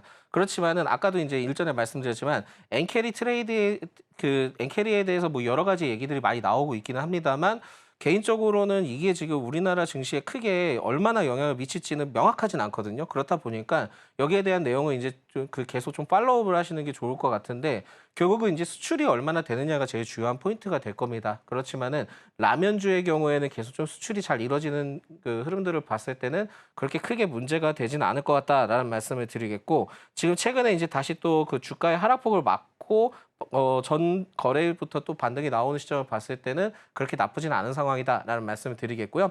이게 원래는 그 음식료 업종이 뭐 대체적으로 경기 방어주로서 좀 얘기가 많이 나왔었는데 지금은 어떻게 보면 성장주로서 지금 부각을 맞아요. 받고 있기 때문에 너무 여기에 대해서 그렇게 크게 문제가 되는 시점이 아니다라고 좀 생각을 하시면 좋을 것 같고 공격적으로 투자하기는 어렵습니다. 지금 현재 시점에서 공격적으로 투자하기는 어렵기 때문에 비중을 좀 적게 가져가 보시는 전략은 유효하다라는 말씀을 드립니다. 네, 수출주로서 음식료 관련주가 계속해서 좀 잘 이어갈 수 있기를 기다려 봐야겠습니다. 수출이 얼마나 되는지 지표를 통해서 일단 좀 확인해야 될 것 같고요. JP모건 측에서는 엔캐리 트레이드 청산 자금이 예측할 수는 없지만 한 50에서 60% 정도 청산됐다라는 이야기는 좀 하고 있습니다. 물론 달러가 좀 강세로 다시 돌아섰지만 엔화 강세 그리고 달러 약세 흐름도 추가적으로 이어질 수 있으니까요. 함께 보시면 좋겠습니다.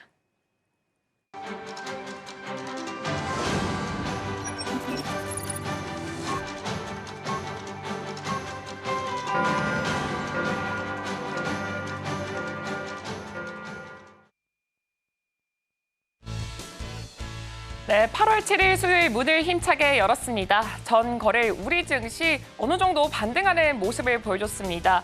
그 전날에 검은 월요일을 맞이해서 8.7%나 급락을 했지만 하루 만에 하락분은 어느 정도 좀 회복이 되는 모습을 또 보였습니다.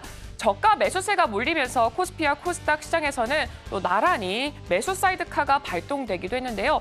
양시장 지수 다시 한 번 더 되짚어 보자면 코스피는 장 시작과 동시에 2,500선을 회복을 하면서 5.62%까지 상승세를 그리다가 전 거래일 대비해서 3.3% 상승하면서 마무리를 지었습니다. 상승폭을 기준으로 봤을 때는 공매도를 전면 금지했었던 작년 11월 6일 5.66% 상승 이후 최대의 또 강세를 나타내기도 했습니다. 코스닥 역시 6% 오르면서 장을 마감을 했고요. 한편 간밤 미증시에선 3대 지수 모두 소폭 상승하면서 마무리를 했습니다. 그럼 여기서 오늘 우리 증시 어떻게 시작될지 지금 시작 분위기 바로 증시부터 확인해 보도록 하겠습니다. 네, 오늘은 코스피, 코스닥 양시장 모두 파란불이 들어와 있습니다. 코스피 같은 경우에는 0.27% 하락하면서 2,515선에서 출발하고 있고요. 코스닥 같은 경우에는 0.14% 하락하면서 731선에서 하락하고 있습니다. 그럼 여기서 이어서 AI 빅데이터로 분석한 인기 검색어 10개 바로 확인해 보도록 하겠습니다. 네, 오늘은 삼성전자부터 YC까지 이렇게 10종목이 인기 종목으로 올라와 있습니다.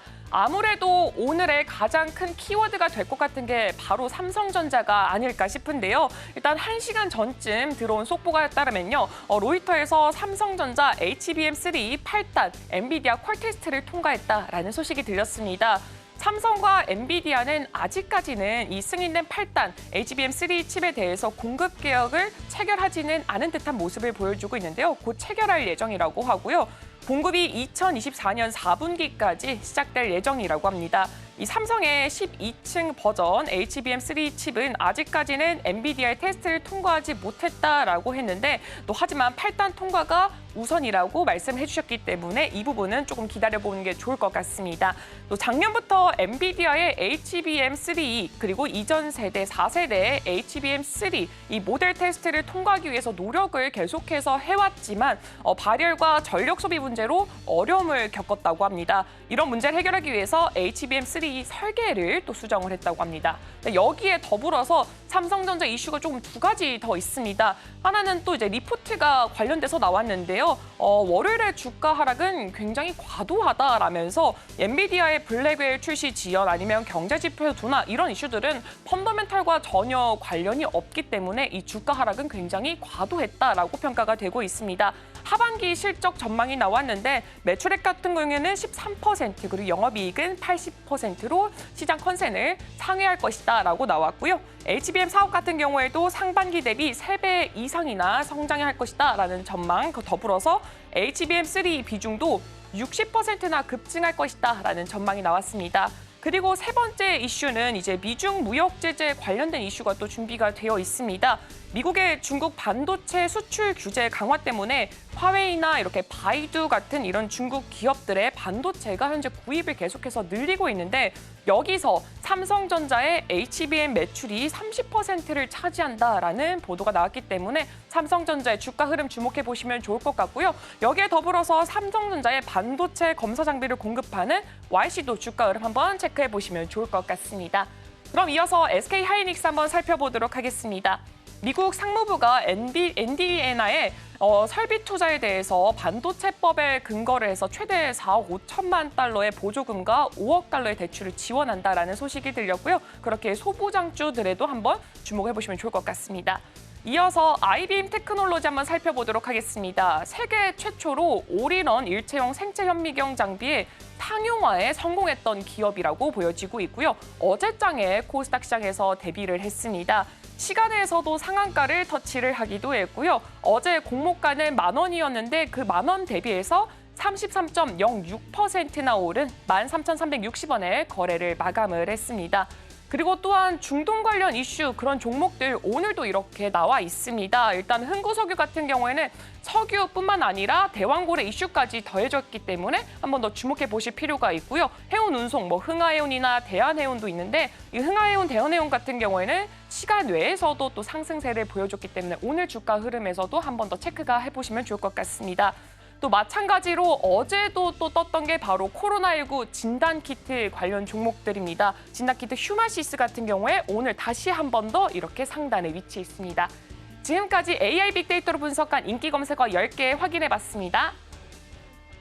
네, 계속해서 개장 분위기 함께 살펴보도록 하겠습니다. 어제 나스닥 선물이 약보합으로 마무리해서 출발도 우리 시장도 약보합 출발했었는데 지금은 다시 한번 상승 반전을 꾀하고 있습니다.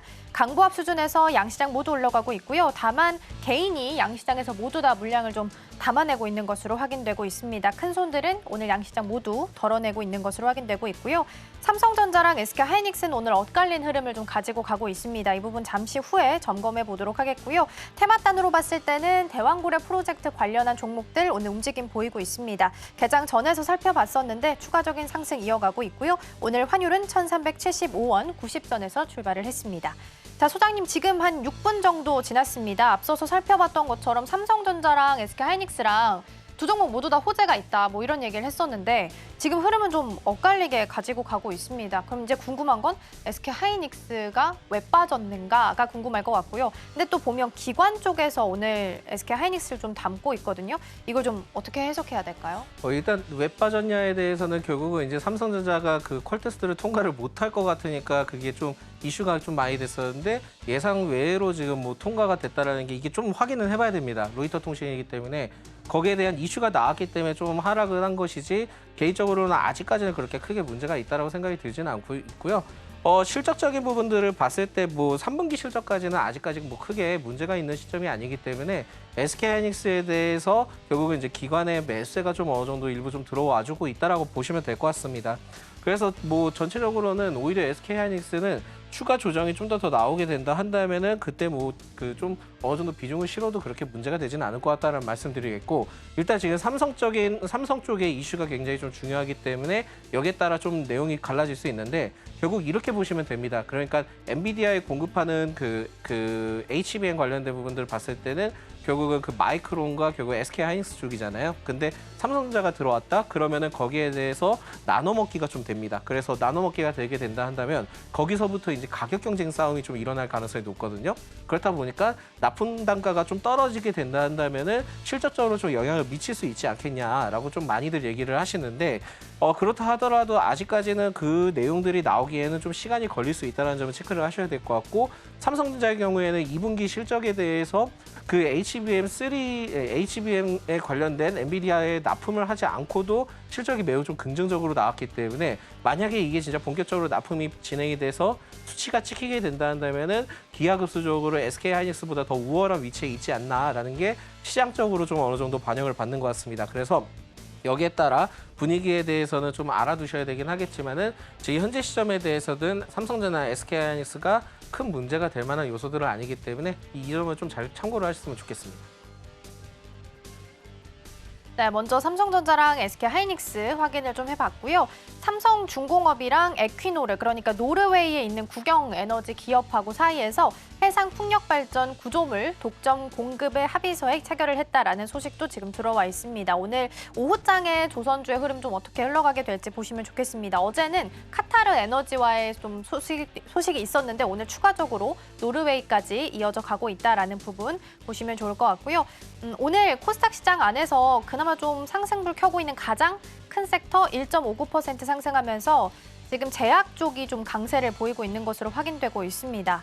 시장 안에서 이렇게 어려울 때마다 제약 바이오가 그래도 꿋꿋하게 좀 버텨주고 있는 것 같습니다. 알테오젠도 어제는 뭐 하방 VI 걸렸다가 다시 상방 VI까지만 걸렸다가 변동성이 엄청 났거든요. 시장님, 그럼 제약 바이오는 이렇게 어려운 시장 속에서 어떻게 보면 잘 버티고 있으니까 대안으로서 좀 주도주 역할도 해줄 수 있을까요? 일단 뭐 제일 중요한 건 제약 바이오 쪽에 분위기가 일어나는 게 뭐냐면은 그 바이오 생물 보안법 그쪽에 그 미국 쪽에 있잖아요. 그거에 대해서 이제 본격적으로 발의가 되면은 우리나라 CDMO와 관련된 기업들은 뭐 긍정적으로 분위기를 연출할 수 있다는 게 첫 번째 포인트인 것 같고요. 두 번째로는 계속 좀 금리 인하 기대감에 따른 내용들이 좀 있다 보니까 제약바이오 쪽의 경우에는 지금 분위기가 좀 잘 잡히는 것 같습니다. 게다가 최근에 코로나 관련된 내용들도 좀 있고요. 심지어는 100일에 관련된 내용들도 있다 보니까 복합적인 요소들을 봤을 때는 제약바이오 쪽에 매세가 좀 들어올 만한 요소들이 굉장히 좀 크게 되고 있다라고 보시면 될 것 같습니다. 그래서 여기에서 제약바이오를 좀 생각하셨을 때 딱 분류를 좀 잘 나누셔야 되는 게 뭐냐면 실적적으로 베이스가 잘 깔려있는 기업들, 그러니까 삼성바이오로직스나 세트리온 그리고 뭐 종근당 이런 쪽에 대해서는 그렇게 크게 문제가 없기 때문에 그쪽은 계속 좀 투자 관점으로 계속 좀 이어나가시면 좋겠는데 여기에서 이제 뭐 예를 들어 진단키트와 그 코로나 쪽에 관련된 이벤트로 좀 이슈가 부각되는 기업의 경우에는 결국은 트레이딩 관점으로 좀 생각하시는 게 좋을 것 같거든요.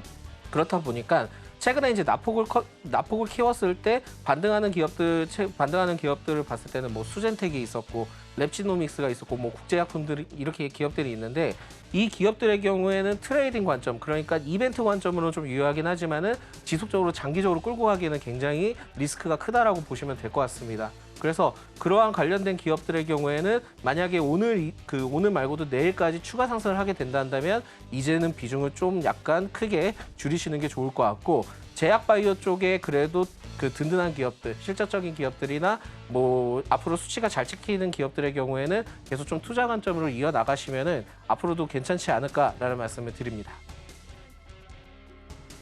일단 이어서 화장품 쪽도 함께 좀 점검을 해보도록 하겠습니다. 오늘 하락한 쪽으로 이렇게 줄을 쭉 세웠을 때 그래도 화장품 좀 이름을 상위단에 올리고 있습니다. 일단 수출 데이터 소장님 굉장히 잘 나왔는데 지금 아모레퍼시픽 실적이 굉장히 부진하거든요. OP가 지금 42억, 열어보니까 42억 정도밖에 안 나왔고 그중에 가장 큰 이유로 보자면 일단 중국 쪽 컨센을 봤을 때 한 200에서 300억 정도 적자가 날 걸로 예상을 했는데 500억 마이너스가 나면서 더 크게 좀 빠졌습니다. 그러면 화장품도 이제 중소형단까지도 같이 좀 투심이 위축될 수 있지 않을까라는 걱정도 좀 되는데 포트에 만약에 담고 계신 분들이라면 어떤 전략을 좀 세워가야 될까요?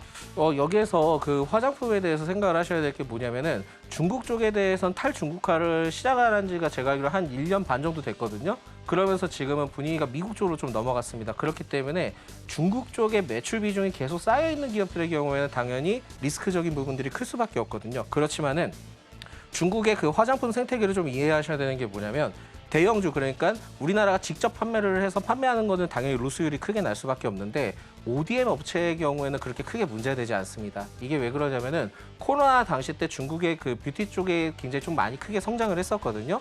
그때 뷰티 쪽에 성장을 하면서 결국은 이제 그 거차오 문화가 이제 발생이 됐었고 그러다 보니까 애국 소비 심리가 이제 발생이 되다 보니까 우리나라 그 화장품 기업들이 그 코로나 이전만큼의 그렇게 활개를 띄우지 못하고 있었습니다. 그래서 ODM 업체의 경우에는 자기 브랜드를 통해서 이제 만들 수 있다 보니까 그쪽은 그렇게 크게 문제가 없을 것 같고 결국은 이제 해외 쪽으로 내보낼 수밖에 없는 상황이었는데 그게 시간이 오래 걸렸다라고 좀 보시면 될 것 같고요.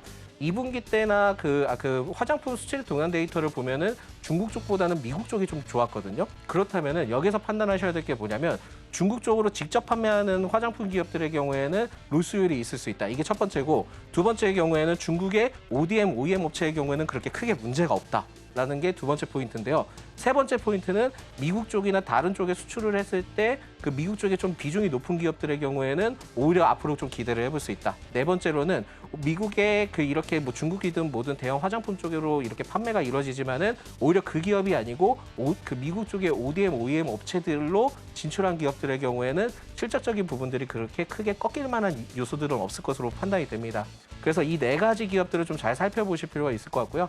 개인적으로는 아모레퍼시픽의 경우에는 뭐 중국 쪽의 매출 비중이 아직까지 좀 상당히 남아 있다 보니까 역효과가 날 수 있다는 점을 반드시 좀 알고 계셔야 될 것 같고, 추후에 뭐 광군제나 뭐 이런 거에 대해서 뭐 광군제 기대감 이렇게 얘기를 하시는데 아모레퍼시픽이 광군제에서 밀린 지가 꽤 됐습니다. 그렇다 보니까 여기에 대한 기대감은 접어두시고요. 지금 화장품 기업들을 봤을 때는 결국은 이제 뭐 선크림이든 아니면 색조든 아니면 ODM 업체든 미국 쪽으로 좀 계속 좀 유통을 하고 있거나 미국 쪽으로 활개를 띄우고 있는 기업들 위주로는 계속 좀 그 주가 관점으로 상승 관점이 좀 유효하다라는 말씀을 드리겠습니다.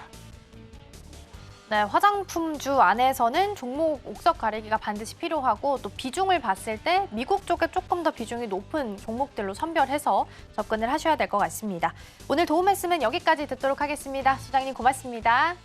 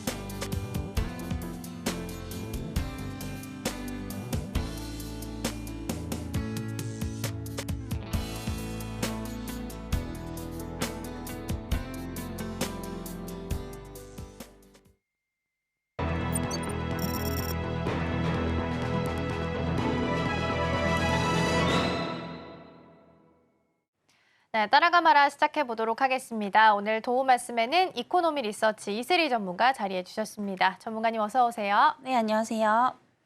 오늘 삼성전자는 아침에 또 일단 호재가 있었습니다. 뭐 퀄테스트 통과됐다. 물론 8단이긴 합니다만 통과됐다라는 소식이 좀 있었고, 어제 로이터 보도를 좀 봤을 때 중국이 미국 그 반도체 규제에 대비하기 위해서 삼성전자 HBM 구매 물량 많이 늘렸다. 그러니까 쉽게 말해서 사재기했다. 네. 이런 기사가 좀 보도가 되기도 했습니다. 그냥 표면적으로 봤을 때는 뭐 이렇게 사재기했다라고 하면 삼성전자한테는 도움이 좀 될 수 있을 것 같기도 한데, 어떻게 보세요? 이 이슈가 좀 삼성전자한테 도움이 되는 이슈일까요?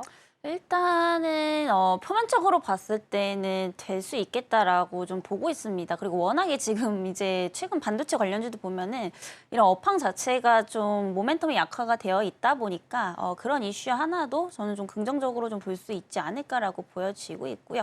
어쨌든 중국도 지금 이제 규제에 대비를 해야 되는 상황입니다. 어쨌든 지금 각자 도생을 하려고 하는 뭐 그런 이제 분위기들이 좀 만들어지고 있는 상황인데, 여기서 이제 삼성전자에 대한 어떤 제품을 이용을 해준다라고 한다면 당연히 이 부분은 이제 삼성전자의 매출과 또 연결이 될 수 있는 부분이기 때문에 이게 정말로 실질적으로 이어지기만 한다면 저는 오히려 좀 긍정적이 될 수 있지 않을까라고 좀 보여지고 있습니다. 다만 아직까지 이제 이것도 거의 카더라잖아요. 뭐 구체적으로 수주 물량이라든지 이런 부분들이 좀 나온 건 아니기 때문에 이슈 체크는 조금 지속적으로 조금 해보셔야 되지 않을까라는 좀 말씀드리도록 하겠고요. 우선은 삼성전자 같은 경우에 오늘 이제 하이닉스와 비교했을 때 상대적으로 좀 강세를 보이고 있습니다. 제가 이전부터 말씀드리고 있지만 앞으로 이제 HBM3E가 엔비디아 퀄 통과를 하게 되면은 판도라가 좀 바뀔 수도 있다라고 좀 말씀을 드리고 있죠. 이게 어쩔 수가 없는 게 지금 이제 하이닉스 같은 경우에는 그동안 이제 HBM 관련해서 특히 이제 3E 쪽으로 계속해서 좀 점유율을 늘려왔었습니다만은 여기서 지금 삼성전자한테 점유율을 좀 뺏긴다라고 한다면 이전보다는 조금 개별적인 모멘텀이 약화가 될 수도 있는 부분이거든요. 그래서 이런 부분들도 좀 긍정적으로 좀 보셔도 좋을 것 같고, 우선은 이제 어제장도 이제 삼성전자가 하이닉스 대비해서 상당히 더 많이 밀렸던 그런 모습입니다. 여전히 이제 두 기업의 밸류를 좀 비교를 해본다라고 한다면은 삼성전자 쪽이 훨씬 더 좀 저평가되어 있다라는 점에서 좀 주목을 해보시면 좋을 것 같고요. 최근에 너무 좀 과도하게 밀렸습니다. 또 반도체 주들이 여러 가지 우려감들이 좀 섞여 있었던 그런 상황인데 단기 관점에서는 오히려 반도체는 조금 더 투심을 체크를 하실 필요가 있겠지만은 중장기적으로 본다면은 오히려 지금 이렇게 단기적으로 낙폭을 크게 줬을 때 좀 모아가시기에 좋지 않을까라는 말씀 드리겠고요. 신규 관점에서 접근하시는 분들은 하이닉스보다는 삼성전자 쪽에 조금 무게를 두고 접근을 해보시면 좋겠다라는 말씀 드리도록 하겠습니다. 네, 삼성전자 잠시 체크하는 동안 기사가 들어온 게 있어서 한 가지 좀 점검해 드리도록 할게요. 로이터에서 오늘 아침에는 HBM3E 8단 퀄테스트 통과했다라는 기사가 먼저 보도가 됐었는데요. 지금 삼성전자 관계자 측에서 나온 보도를 봤을 때는 퀄테스트 여전히 진행 중이다라고 이야기 좀 보도가 됐습니다. 사실과 다른 것으로 안다. HBM3E 8단도 퀄테스트 통과를 위해서 계속 노력 중이다라고 이야기했습니다. 오늘 아침에 삼성전자가 상승을 한 이유도 여기에 좀 보탬이 됐을 텐데 1.79% 아직까지 상승률 유지하고 있지만 또 빠질 수도 있다라는 부분도 염두를 좀 하셔야 될 것 같습니다. 전문가님 월요일 날 굉장히 크게 음봉이 많이 나왔잖아요. 네. 그러다 보니까 종목을 고르기가 더 어려운 것 같아요. 만약에 종목을 좀 고른다면 월요일에 음봉이 나오고 화요일에 이 음봉을 감싸거나 혹은 더 올라온 종목들 위주로는 지금 바라봐도 괜찮을까요? 네, 우선은 이제 저는 좀 한 번 더 체크를 해볼 필요는 있을 것 같아요. 특히 이제 내일까지 조금 길게 보셔야 되는 게 지금 이제 표면적으로 이제 시장이 하락한 근본적인 이유가 뭐냐면 결국에 이제 고용 쇼크였거든요. 물론 이제 지정학적 리스크도 있겠지만은 그렇기 때문에 앞으로 이제 발표되는 이런 고용 지표에 대해서 또 한 번 민감하게 반응할 가능성이 상당히 높다라는 겁니다. 근데 이제 목요일 이제 내일 밤에 이제 9시 반인가요? 네, 9시에서 9시 반 사이인데 다시 한번 이제 그 실업수당 또 청구 건수가 나옵니다. 그래서 여기에 따라서 굉장히 좀 민감하게 반응을 할 것으로 좀 보이고 있기 때문에 지금 굳이 뭐 급하게 접근을 하시기보다는 우선은 이제 남은 이런 경제 지표를 조금 확인을 해보고 좀 접근을 하시는 게 좋지 않을까라는 말씀 드리겠고요. 결국에 지금 시장은 또 반도체 주들이 이끌었었기 때문에 시장이 다시 한번 좀 하락이 나온다라고 한다면 다시 한번 또 반도체 주들부터 하락이 나올 수밖에 없다라는 거 이런 관점에서 봤을 때 다시 한번 우리가 좀 지표를 확인해 볼 필요가 있겠다라는 말씀 좀 드리도록 하겠고요. 그래도 이제 트레이딩 관점에서 접근을 하신다라고 한다면 어쩔 수 없이 이제 최근에 상승했던 종목군들 위주로 좀 보시는 게 맞지 않나라고 보고 있습니다. 그래서 이제 상승폭이 좀 높았던 걸 보게 되면은 대표적으로 이제 반도체보다는 사실상 조선주 이쪽이 좀 더 많이 갔었거든요. 그래서 워낙에 또 슈퍼사이클에 대한 부분들도 얘기가 계속 나오고 있는 상황이지만 무엇보다 좋은 것은 이제 수급적인 부분입니다. 최근에 이제 반도체주들 같은 경우에 외국인 기관이 다 팔았다라고 한다면은 오히려 지금 이제 조선 쪽은 조금씩 낙폭 줄 때마다 또 들어오고 있었던 부분이거든요. 그래서 오히려 조선주 같은 경우에는 뭐 단기 관점에서도 괜찮고 좀 중장기적으로 바라보셔도 좀 좋지 않을까라는 말씀 드리겠습니다. 네, 조선 쪽에 조금 더 긍정적인 뷰 제시해 주셨습니다. 어제는 카타르 에너지, 오늘은 노르웨이에 있는 에너지 기업과 계속해서 휴조 협상 이야기 나오고 있다라는 부분도 함께 챙겨드리도록 하겠습니다. 자, 그럼 시장도 체크해 보도록 하겠습니다. 실시간 상승률 상위 종목 먼저 만나보겠습니다. 코스피 시장입니다. 네, 한국가스공사, SD바이오센서, 포스코인터내셔널, 대한해운, 녹십자 있습니다. 어떤 종목 살펴볼까요? 네, 녹십자 보시면 좋을 것 같습니다. 그래서 최근에 이제 시장 급락에도 또 잘 버텨줬던 게 이런 바이오주들이거든요. 그래서 이런 급락장에 좀 대비를 하실 때 저는 좀 이렇게 말씀드리고 싶어요. 정말 간단한 논리로 보면은 7월 31일 그리고 8월 2일 급락이 나왔을 때 어떤 종목들이 상대적으로 좀 잘 버텨줬고 그 와중에도 이제 수급이 몰렸느냐 이 부분을 좀 체크를 해본다면은 그 안에서 또 이제 바이오주가 있었다라고 좀 볼 수가 있습니다. 그래서 이제 바이오주 같은 경우에 이제 그 대표적인 또 경기 방어주 중에 하나죠. 물론 이제 시장의 영향을 아예 안 받을 수는 없겠습니다만은 아무래도 이제 개별 이슈에 따라서 또 이제 반응을 더 이제 주가가 하는 그런 이제 종목군 중에 하나이기 때문에 오히려 지금 바이오 쪽이 또 피난처가 될 수도 있다라고 저는 좀 보고 있습니다. 그래서 이전부터 뭐 바이오시밀러 그리고 CDMO 쪽 지속적으로 좀 말씀드리고 있죠. 그래서 그 와중에서도 이제 그 녹십자라는 라는 종목을 최근에 이제 조금 상승이 나와서 좀 눈에 띄게 보고 있는 상황인데 오늘 단 6%대 상승이 나오고 있습니다. 그래서 최근 이제 실적은 뭐 눈에 띄게 좋아진 점은 없습니다만 3분기부터 이제 본격적인 어떤 그런 매출 개선이 좀 기대가 되고 있다라고 보시면 될 것 같고요. 대표적으로는 이제 알리글로라는 이 혈액 제제가 이제 좀 기대가 되고 있는 상황입니다. 최근에 이제 미국 시장까지 이제 좀 진출했다라고 보시면 될 것 같고요. 이 혈액 제제 같은 경우에는 이제 전 세계에서 미국이 가장 고가입니다.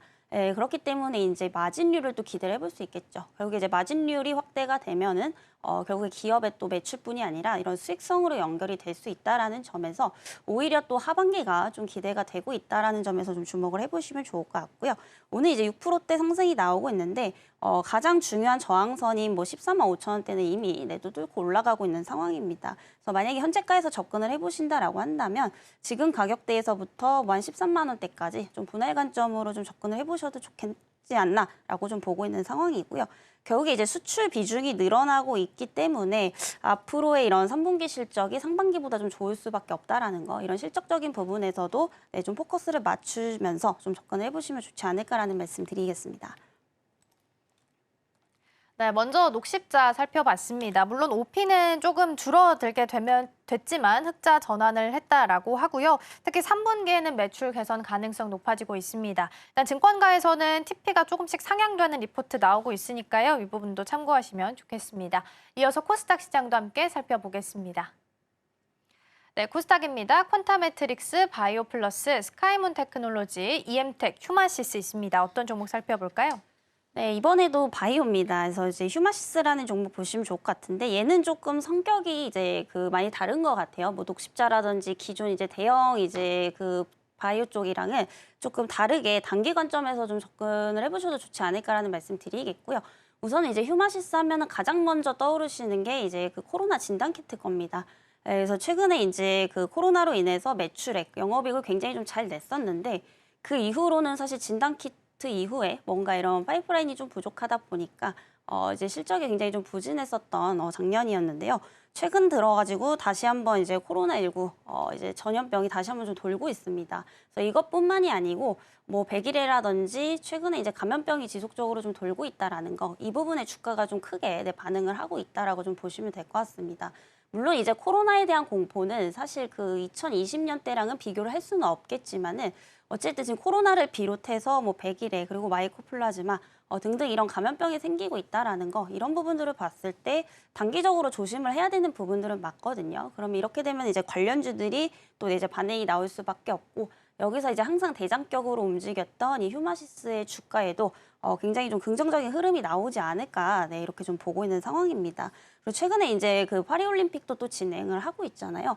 여기서 또 이제 어떤 전염병이 또 이제 들어올지 아직까지도 좀 모르는 그런 상황이기 때문에 이 부분에 관련해서 단기적인 이슈로 계속해서 좀 가져가 볼 수 있지 않을까라고 좀 보고 있습니다. 다만 이제 길게 보실 종목은 좀 아니다라는 겁니다. 그래서 결국에 이제 바이오도 좀 중장기적 관점에서 보려면 결국에 이제 파이프라인이 굉장히 좀 중요한 부분인데 이 부분에서는 굉장히 좀 아쉽다라고 좀 말씀을 드렸었죠. 그래서 지금 진단키트 빼고는 사실상 제품에 대한 매출 비중이 다른 쪽에서 좀 많이 안 나오고 있는 그런 상황이기 때문에 좀 트레이딩 관점에서 좀 접근을 해보시면 좋지 않을까라는 말씀 드리겠고요. 우선 이제 전저점 한 1,500원대 부근만 이제 이탈하지 않는다면은 충분히 단기적으로 한 3,000원대까지는 좀 볼 수 있지 않을까 이렇게 보고 있고, 어쨌든 이제 과대낙폭에 따른 이런 이제 수급 매수를 조금 이용을 해보시는 게 좋지 않을까라는 말씀 드리겠습니다. 네, 휴마시스 함께 살펴봤습니다. 단기적인 관점도 가능하다라고 말씀해 주셨고요. 목표가는 3,000원 제시해 주셨으니까요. 참고하시면 좋겠습니다. 주가 흐름 계속해서 체크해 보시길 바라겠고요. 이어서 AI가 주목하고 있는 오늘의 상단 테마들 함께 살펴보도록 하겠습니다. 상위 3가지 테마 함께 볼 텐데요. 일단 첫 번째로는 중동 전쟁이 자리를 하고 있습니다. 오늘 시장 안에서도 해운주 잘 가고 있는 모습인데요. 이란 쪽에서는 일단 이슬람 협의회라는 회의가 곧 열리는데 내일 열린다고 합니다. 현지 시간 기준으로 내일 열리는데 이 자리에서 이스라엘을 보복하는 거에 대해서 공격하는 걸 지지해달라라는 걸 호소할 것으로 예정이 좀 되고 있습니다. 더불어서 이스라엘 측은 헤즈볼라에 있는 핵심 부대 사령관을 드론으로 암살시켰다라는 보도도 좀 계속 나오고 있습니다. 전면전 가능성 계속 높아지다 보니까 중동 전쟁 관련주도 주목을 좀 받고 있고요. 강관이나 가스관 같은 경우에는 앞서서 저희가 개장 전에 살펴봤던 것처럼 대왕고래 프로젝트랑 엮여서 오늘 가고 있습니다. 탐사 시추를 위해서 물리 검증 단계에 돌입했다라고 합니다. 본격적으로 시추를 하기 전에 여기 진짜 석유가 있는지 자원량은 얼마나 되는지를 좀 확인하는 과정이다라고 보시면 될 것 같고요. 상대 기업으로는 외국계 기업으로만 알려져 있다라는 부분도 함께 언급드립니다. 진단키트는 앞서서 우리 전문가님하고 계속 이야기 나눴던 것처럼 코로나19 환자 수가 계속 급증을 하고 있습니다. 4주 동안 5.1배 정도 늘어나다 보니까 오늘 최근 들어서 좀 시세가 좀 강하게 나오고 있는 테마입니다. 전문가님, 이 중에서는 어떤 테마 추가적으로 좀 보면 좋을까요? 네, 중동 전쟁을 또 빼놓을 수가 좀 없겠습니다. 그래서 최근에 이제 그 지수 급락 배경에는 일단 고용 쇼크가 가장 먼저 좀 작용을 했지만 사실상 저는 이제 그 중동에 대한 어떤 전쟁 리스크도 좀 피할 수 없지 않나, 네, 이렇게 좀 보고 있는 상황입니다. 그래서 최근에 이제 그 하마스 지도자가 또 이제 암살을 당했죠. 네, 이렇게 되면서 이제 이스라엘과 또 이란에 대한 어떤 전쟁에 대한 확전이 좀 이제 불거질 수밖에 없는 그런 상황에 좀 놓여 있다라고 좀 보시면 될 것 같은데, 이렇게 되면은 이제 그 석유 공급망이 좀 타격을 받을 수밖에 없습니다. 그래서 이에 따라서 이제 최근에 관련주들, 특히 해운주라든지 이제 석유주들의 강세가 좀 나왔었다라고 좀 보시면 될 것 같은데요. 다만 이제 그 실질적으로 지금 뭐 WTI 가격이 이 관련주들하고는 또 이어지고 있는 상황은 아니거든요. 어쨌든 오히려 지금 유가는 하락을 하고 있습니다. 왜냐하면 결국에 이제 미국에서 지금 우려하는 게 뭐냐면 경기 둔화, 그리고 이제 경기 침체에 대한 부분들로 인해서 오히려 유가는 하락을 하고 있는데 관련주들은 지금 중동에 대한 어떠한 정쟁 공포로 인해서 상승을 하고 있다라는 거예요. 근데 결국에 이게 지금 실질적인 유가와는 좀 연결이 되고 있는 그런 상황은 아니기 때문에 이 테마 역시도 이제 좀 길게 보시기보다는 변동성에 좀 대비를 하시면서 네, 트레이딩 관점에서 좀 접근을 해보시는 게 좋지 않을까라는 말씀 드리겠고요. 그리고 이제 오늘 또 원유 재고가 발표가 되는데 사실상 이제 그 공급량에 대한 부분들이 좀 문제가 또 될 수가 있습니다. 지금 이제 공급망 같은 경우, 이제 원유 같은 경우에 이제 비축해 놓은 게 굉장히 좀 많다라고 좀 듣고 있는 그런 상황인데, 이게 지금 얼마나 또 나올지 수치적으로는 이제 조금 더 한번 체크를 좀 해보셔야겠습니다만, 어쨌든 실질적으로 지금 이 전쟁으로 인해서 원유 공급망을 타격시킬 것은 좀 아니라는 거, 이런 부분들을 봤을 때 좀 트레이딩 관점에서 네, 좀 접근을 해보시면 좋을 것 같고요. 우선 이제 지정학적 불안 요인이 우리가 좀 연말까지 지속이 된다라고 한다면 테마성으로 또 한번 이제 상승이 나올 가능성은 상당히 높다라고 좀 보고 있습니다.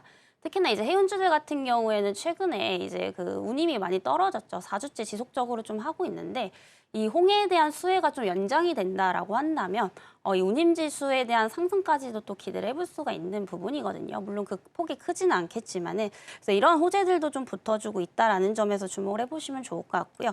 그리고 오늘 이제 소폭 이제 장이 상승을 했지만은 지금 수급을 보면은 뭐 외인이라든지 기관들도 계속해서 좀 순매도를 좀 취하고 있는 모습입니다. 아직까지 시장이 완벽하게 좀 강하게 반등이 나오지 않고 있다라는 거, 이번 분들을 봤을 때 여전히 좀 테마주들이 당분간은 좀 강세를 좀 이룰 가능성이 높다. 이 관점에서 좀 보시면 좋을 것 같고요. 대표적으로 이제 종목을 말씀드리면 뭐 대한해운, 그리고 한국석유, 흥하해운 이 정도로 좀 보시면 좋을 것 같습니다. 근데 이 중에서도 이제 그 가장 탑픽으로 보는 것은 이제 대한해운이다라고 보시면 될 것 같고요. 결국에 이제 테마주에서도 펀더멘털을 또 분석을 안 할 수가 없는 부분입니다. 웬만하면 이제 최대한 이제 밸류에이션이 낮고 저평가된 종목군들 위주로 좀 보시는 게 좋지 않을까라는 관점에서 우선은 이제 그 대한해운을 이제 가장 탑픽으로 좀 꼽아보도록 하겠고요. 올해 이제 매출이 한 17조가 좀 기대가 되고 있습니다. 그리고 영업이익도 한 3,900억대 나올 것으로 좀 보이고 있는데 현재 ROA도 한 10%대 이상대로 견조한 수준이고요. 또 PBR도 0.3배 수준으로 굉장히 좀 다른 이제 기업들에 비해서 상당히 좀 저평가되어 있다라는 점, 이 부분을 조금 보시면 좋을 것 같고요. 그리고 기술적으로도 보면은 이제 그 고점 3,100원대에서 굉장히 좀 많이 눌려 있습니다. 그리고 최근에 이제 상승이 한번 나왔고 밸류적으로도 지금 부담이 없다라는 거, 이 부분을 좀 참고를 해보시면 좋을 것 같고요. 그리고 이제 한국석유도 좀 같이 보시면 좋지 않을까라는 말씀 드리겠습니다. 그래서 최근에 이제 여러 호재가 좀 다 묶여서 너무 오버슈팅이 좀 나온 상황이긴 하지만은 어쨌든 이 종목도 지금 3분기 실적도 좀 기대가 되고 있는 종목이다라고 좀 보시면 될 것 같습니다. 그래서 2분기에는 이제 영업이익이 다소 좀 감소를 했지만 어쨌든 이제 석유 관련주들도 이 중동 관련주들에 엮여서 좀 테마로 좀 볼 수 있는 그런 부분들이기 때문에 같이 좀 보시면 좋지 않을까라는 말씀 드리겠고요. 여기서 이제 같은 이제 맥락에서 보시면은 이제 흥하이온까지 이 세 종목이 앞으로 이 중동 관련해서 이제 대장격으로 좀 움직일 가능성이 높다라는 점까지 좀 참고를 해보시면 좋을 것 같습니다. 네, 중동 전쟁과 관련해서 전면전 리스크는 계속해서 좀 높아지고 있습니다. 근데 전문가님 흐름을 좀 봤을 때 앞서서는 뭐 실적이나 수주가 굉장히 탄탄했던 대형 방산주들이 좀 움직였다면 어제 뭐 그제는 좀 중소형 단의 방산주들이 움직임을 보였거든요. 근데 오늘 보니까 또 이게 또 바뀌었어요. 오늘은 또 중소형 단이 조금 약세고 대형주 단이 조금 더 강세를 보이고 있습니다. 이게 뭔가 핑퐁핑퐁으로 움직이는 느낌이라 이게 지금 테마적인 성격으로 움직이고 있다라고 이해를 좀 해야 될까요? 우선은 이제 그 중동 리스크가 너무 좀 갑자기 퍼졌잖아요. 이게 지금 고조감이 뭐 정점에 지금 달했던 상황이기 때문에 사실상 이제 그동안 이제 그 수주에 대한 기대감 그리고 이제 실적에 대한 기대감으로 움직였던 대형주 단보다는 이제 소형주 쪽으로 이제 조금 그 수급들이 많이 옮겨간 게 아닌가라고 좀 판단이 되고 있습니다. 다만 이제 조금 방산에 대한 어떤 업황을 전체적으로 좀 보신다라고 한다면 여전히 저는 소형주보다는 대형주 단을 좀 보시는 게 맞다라고 좀 보여지고 있거든요. 결국에 이제 방산주에서도 좀 알 수가 있습니다. 결국에 이제 실적이 받쳐주고 수주가 받쳐주면은 이렇게 중장기적으로 좀 상승이 나올 수 있지만 결국에 이제 테마적으로 움직이는 종목들은 일시적일 뿐이다. 이렇게 좀 보여주고 있는 상황이거든요. 특히나 이제 중소형 단들 종목 보게 되면은 그동안 이제 방산주들 갈 때 거의 지금 못 갔다라고 좀 보시면 될 것 같아요. 이게 결국에는 이제 그 실적이 좀 안 받쳐주고 있었다라는 점, 이런 부분들에 봤을 때 여전히 중소형 단은 좀 트레이딩 관점에서 접근을 하시는 게 맞지 않나라고 좀 보고 있고요. 이제 어느 정도 이제 중장기적 관점에서 보신다라고 한다면 여전히 이제 수주 모멘텀이 좀 받쳐주고 있는 이 대형주 단을 좀 보시는 게 좋을 것 같습니다. 그리고 이제 중동 리스크가 어쨌든 또 확전이 된다라고 한다면 다시 한번 또 방산에 대한 어떤 중요성은 지속적으로 좀 부각이 될 수밖에 없는 그런 부분들이기 때문에 사실 하반기까지도 이제 그런 실적 가이던스가 또 상향되고 있는 대표적인 이제 업종 중에 하나입니다. 그리고 이제 그 미국 대선 리스크도 있는데 결국에 누가 되든지 간에 각자 도생은 할 수밖에 없는 이런 이제 미중 양극화도 좀 심해지고 있다라는 거 이런 점들을 봤을 때 이제 그 대형주 단에 대한 이제 투자 포인트는 여전히 좀 유효하다 이렇게 좀 말씀을 드리도록 하겠습니다. 네, 오늘 상위 테마 중 방산주까지 함께 좀 체크를 해봤습니다. 오늘 도움 말씀은 여기까지 듣도록 하겠습니다. 오늘 말씀 고맙습니다.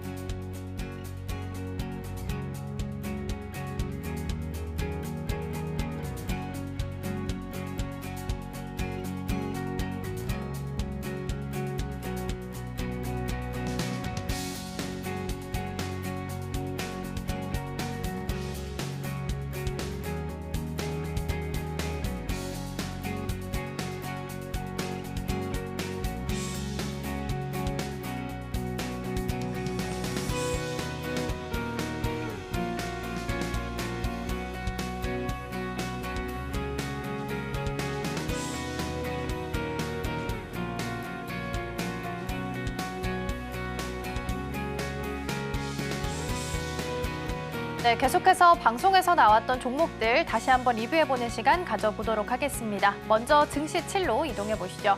오늘 김시은 팀장과 함께 이야기 좀 나눠봤습니다. HD 한국조선해양 오늘 탑픽으로 좀 살펴볼 텐데요. 일단 HD 한국조선해양 같은 경우에는 어제자 기사로 호재가 있었습니다. 어제 카타르 국영에너지 기업이죠. 카타르 에너지와 LNG 운반선에 대해서 수주할 수 있다라는 협의하고 있다라는 내용의 기사가 좀 보도가 된 바 있습니다. 오늘은 더불어서 삼성중공업까지 같이 좀 호재를 가지고 가는데요. 에퀴노르라는 노르웨이 에너지 기업과 해상풍력발전 구조물 독점 공급 계약 체결 소식도 있습니다. 물론 한국조선해양 같은 경우에는 오늘장 소폭이지만 강보합 수준에서 움직이고 있다라는 부분 좀 아쉽긴 하지만 그래도 조선주 같은 경우에는 엉덩이 무겁게 천천히 올라가는 종목이기 때문에 조금 더 긴 호흡으로 보셔야 될 것 같습니다. 오늘은 19만 원 선에서 거래되고 있습니다.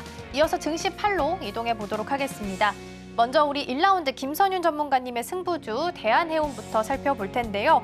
이란이 내일 이슬람 협력 기구 회의에서 대이스라엘 보복에 대해서 지지를 해달라라고 호소할 예정이다라는 보도가 나왔습니다. 더불어서 이란 같은 경우에는 미사일 발사대를 이동시키기도 했다라고 하죠. 그만큼 이란과 이스라엘 사이에서 전면전에 대한 리스크가 계속해서 부각이 되고 있는 시점입니다. 특히 이스라엘 같은 경우는 헤즈볼라의 핵심 부대의 사령관을 드론으로 암살했다라는 보도가 어제 장중에 좀 보도되기도 했었는데요. 오늘 시장 안에서도 흐름 계속해서 이어져 가고 있습니다. 대한해운이고요. 2.2% 강세 보이면서 오늘 2,050원 선에서 거래되고 있는데요. 특히나 지금은 외국인과 기관의 매수세가 계속 유입되고 있다는 부분도 함께 참고하시면 좋겠습니다. 이어서 다음 종목 함께 살펴보시죠.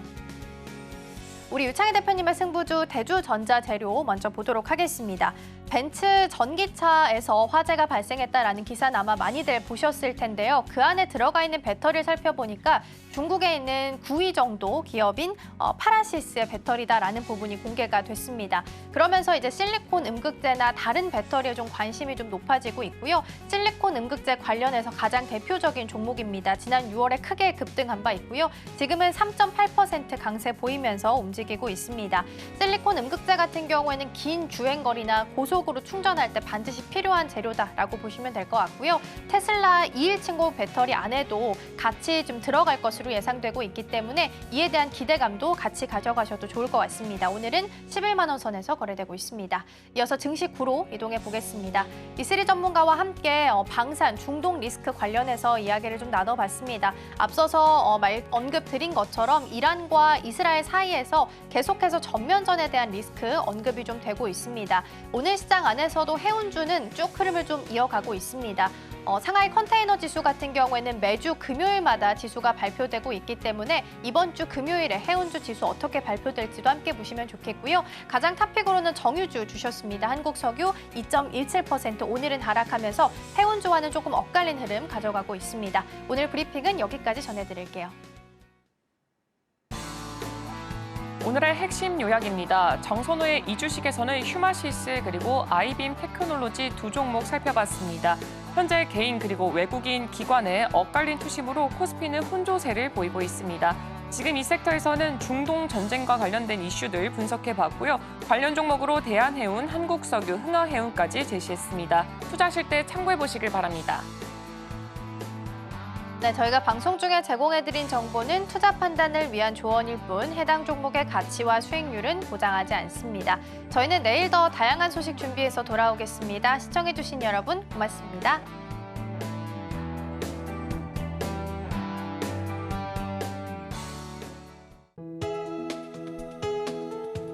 본 방송에서 제공하는 투자 정보는 투자 판단에 대한 조언입니다. 방송에서 제공하는 주식의 가치, 가격 상승 및 하락에 대해서는 방송사에서 보장하지 않습니다.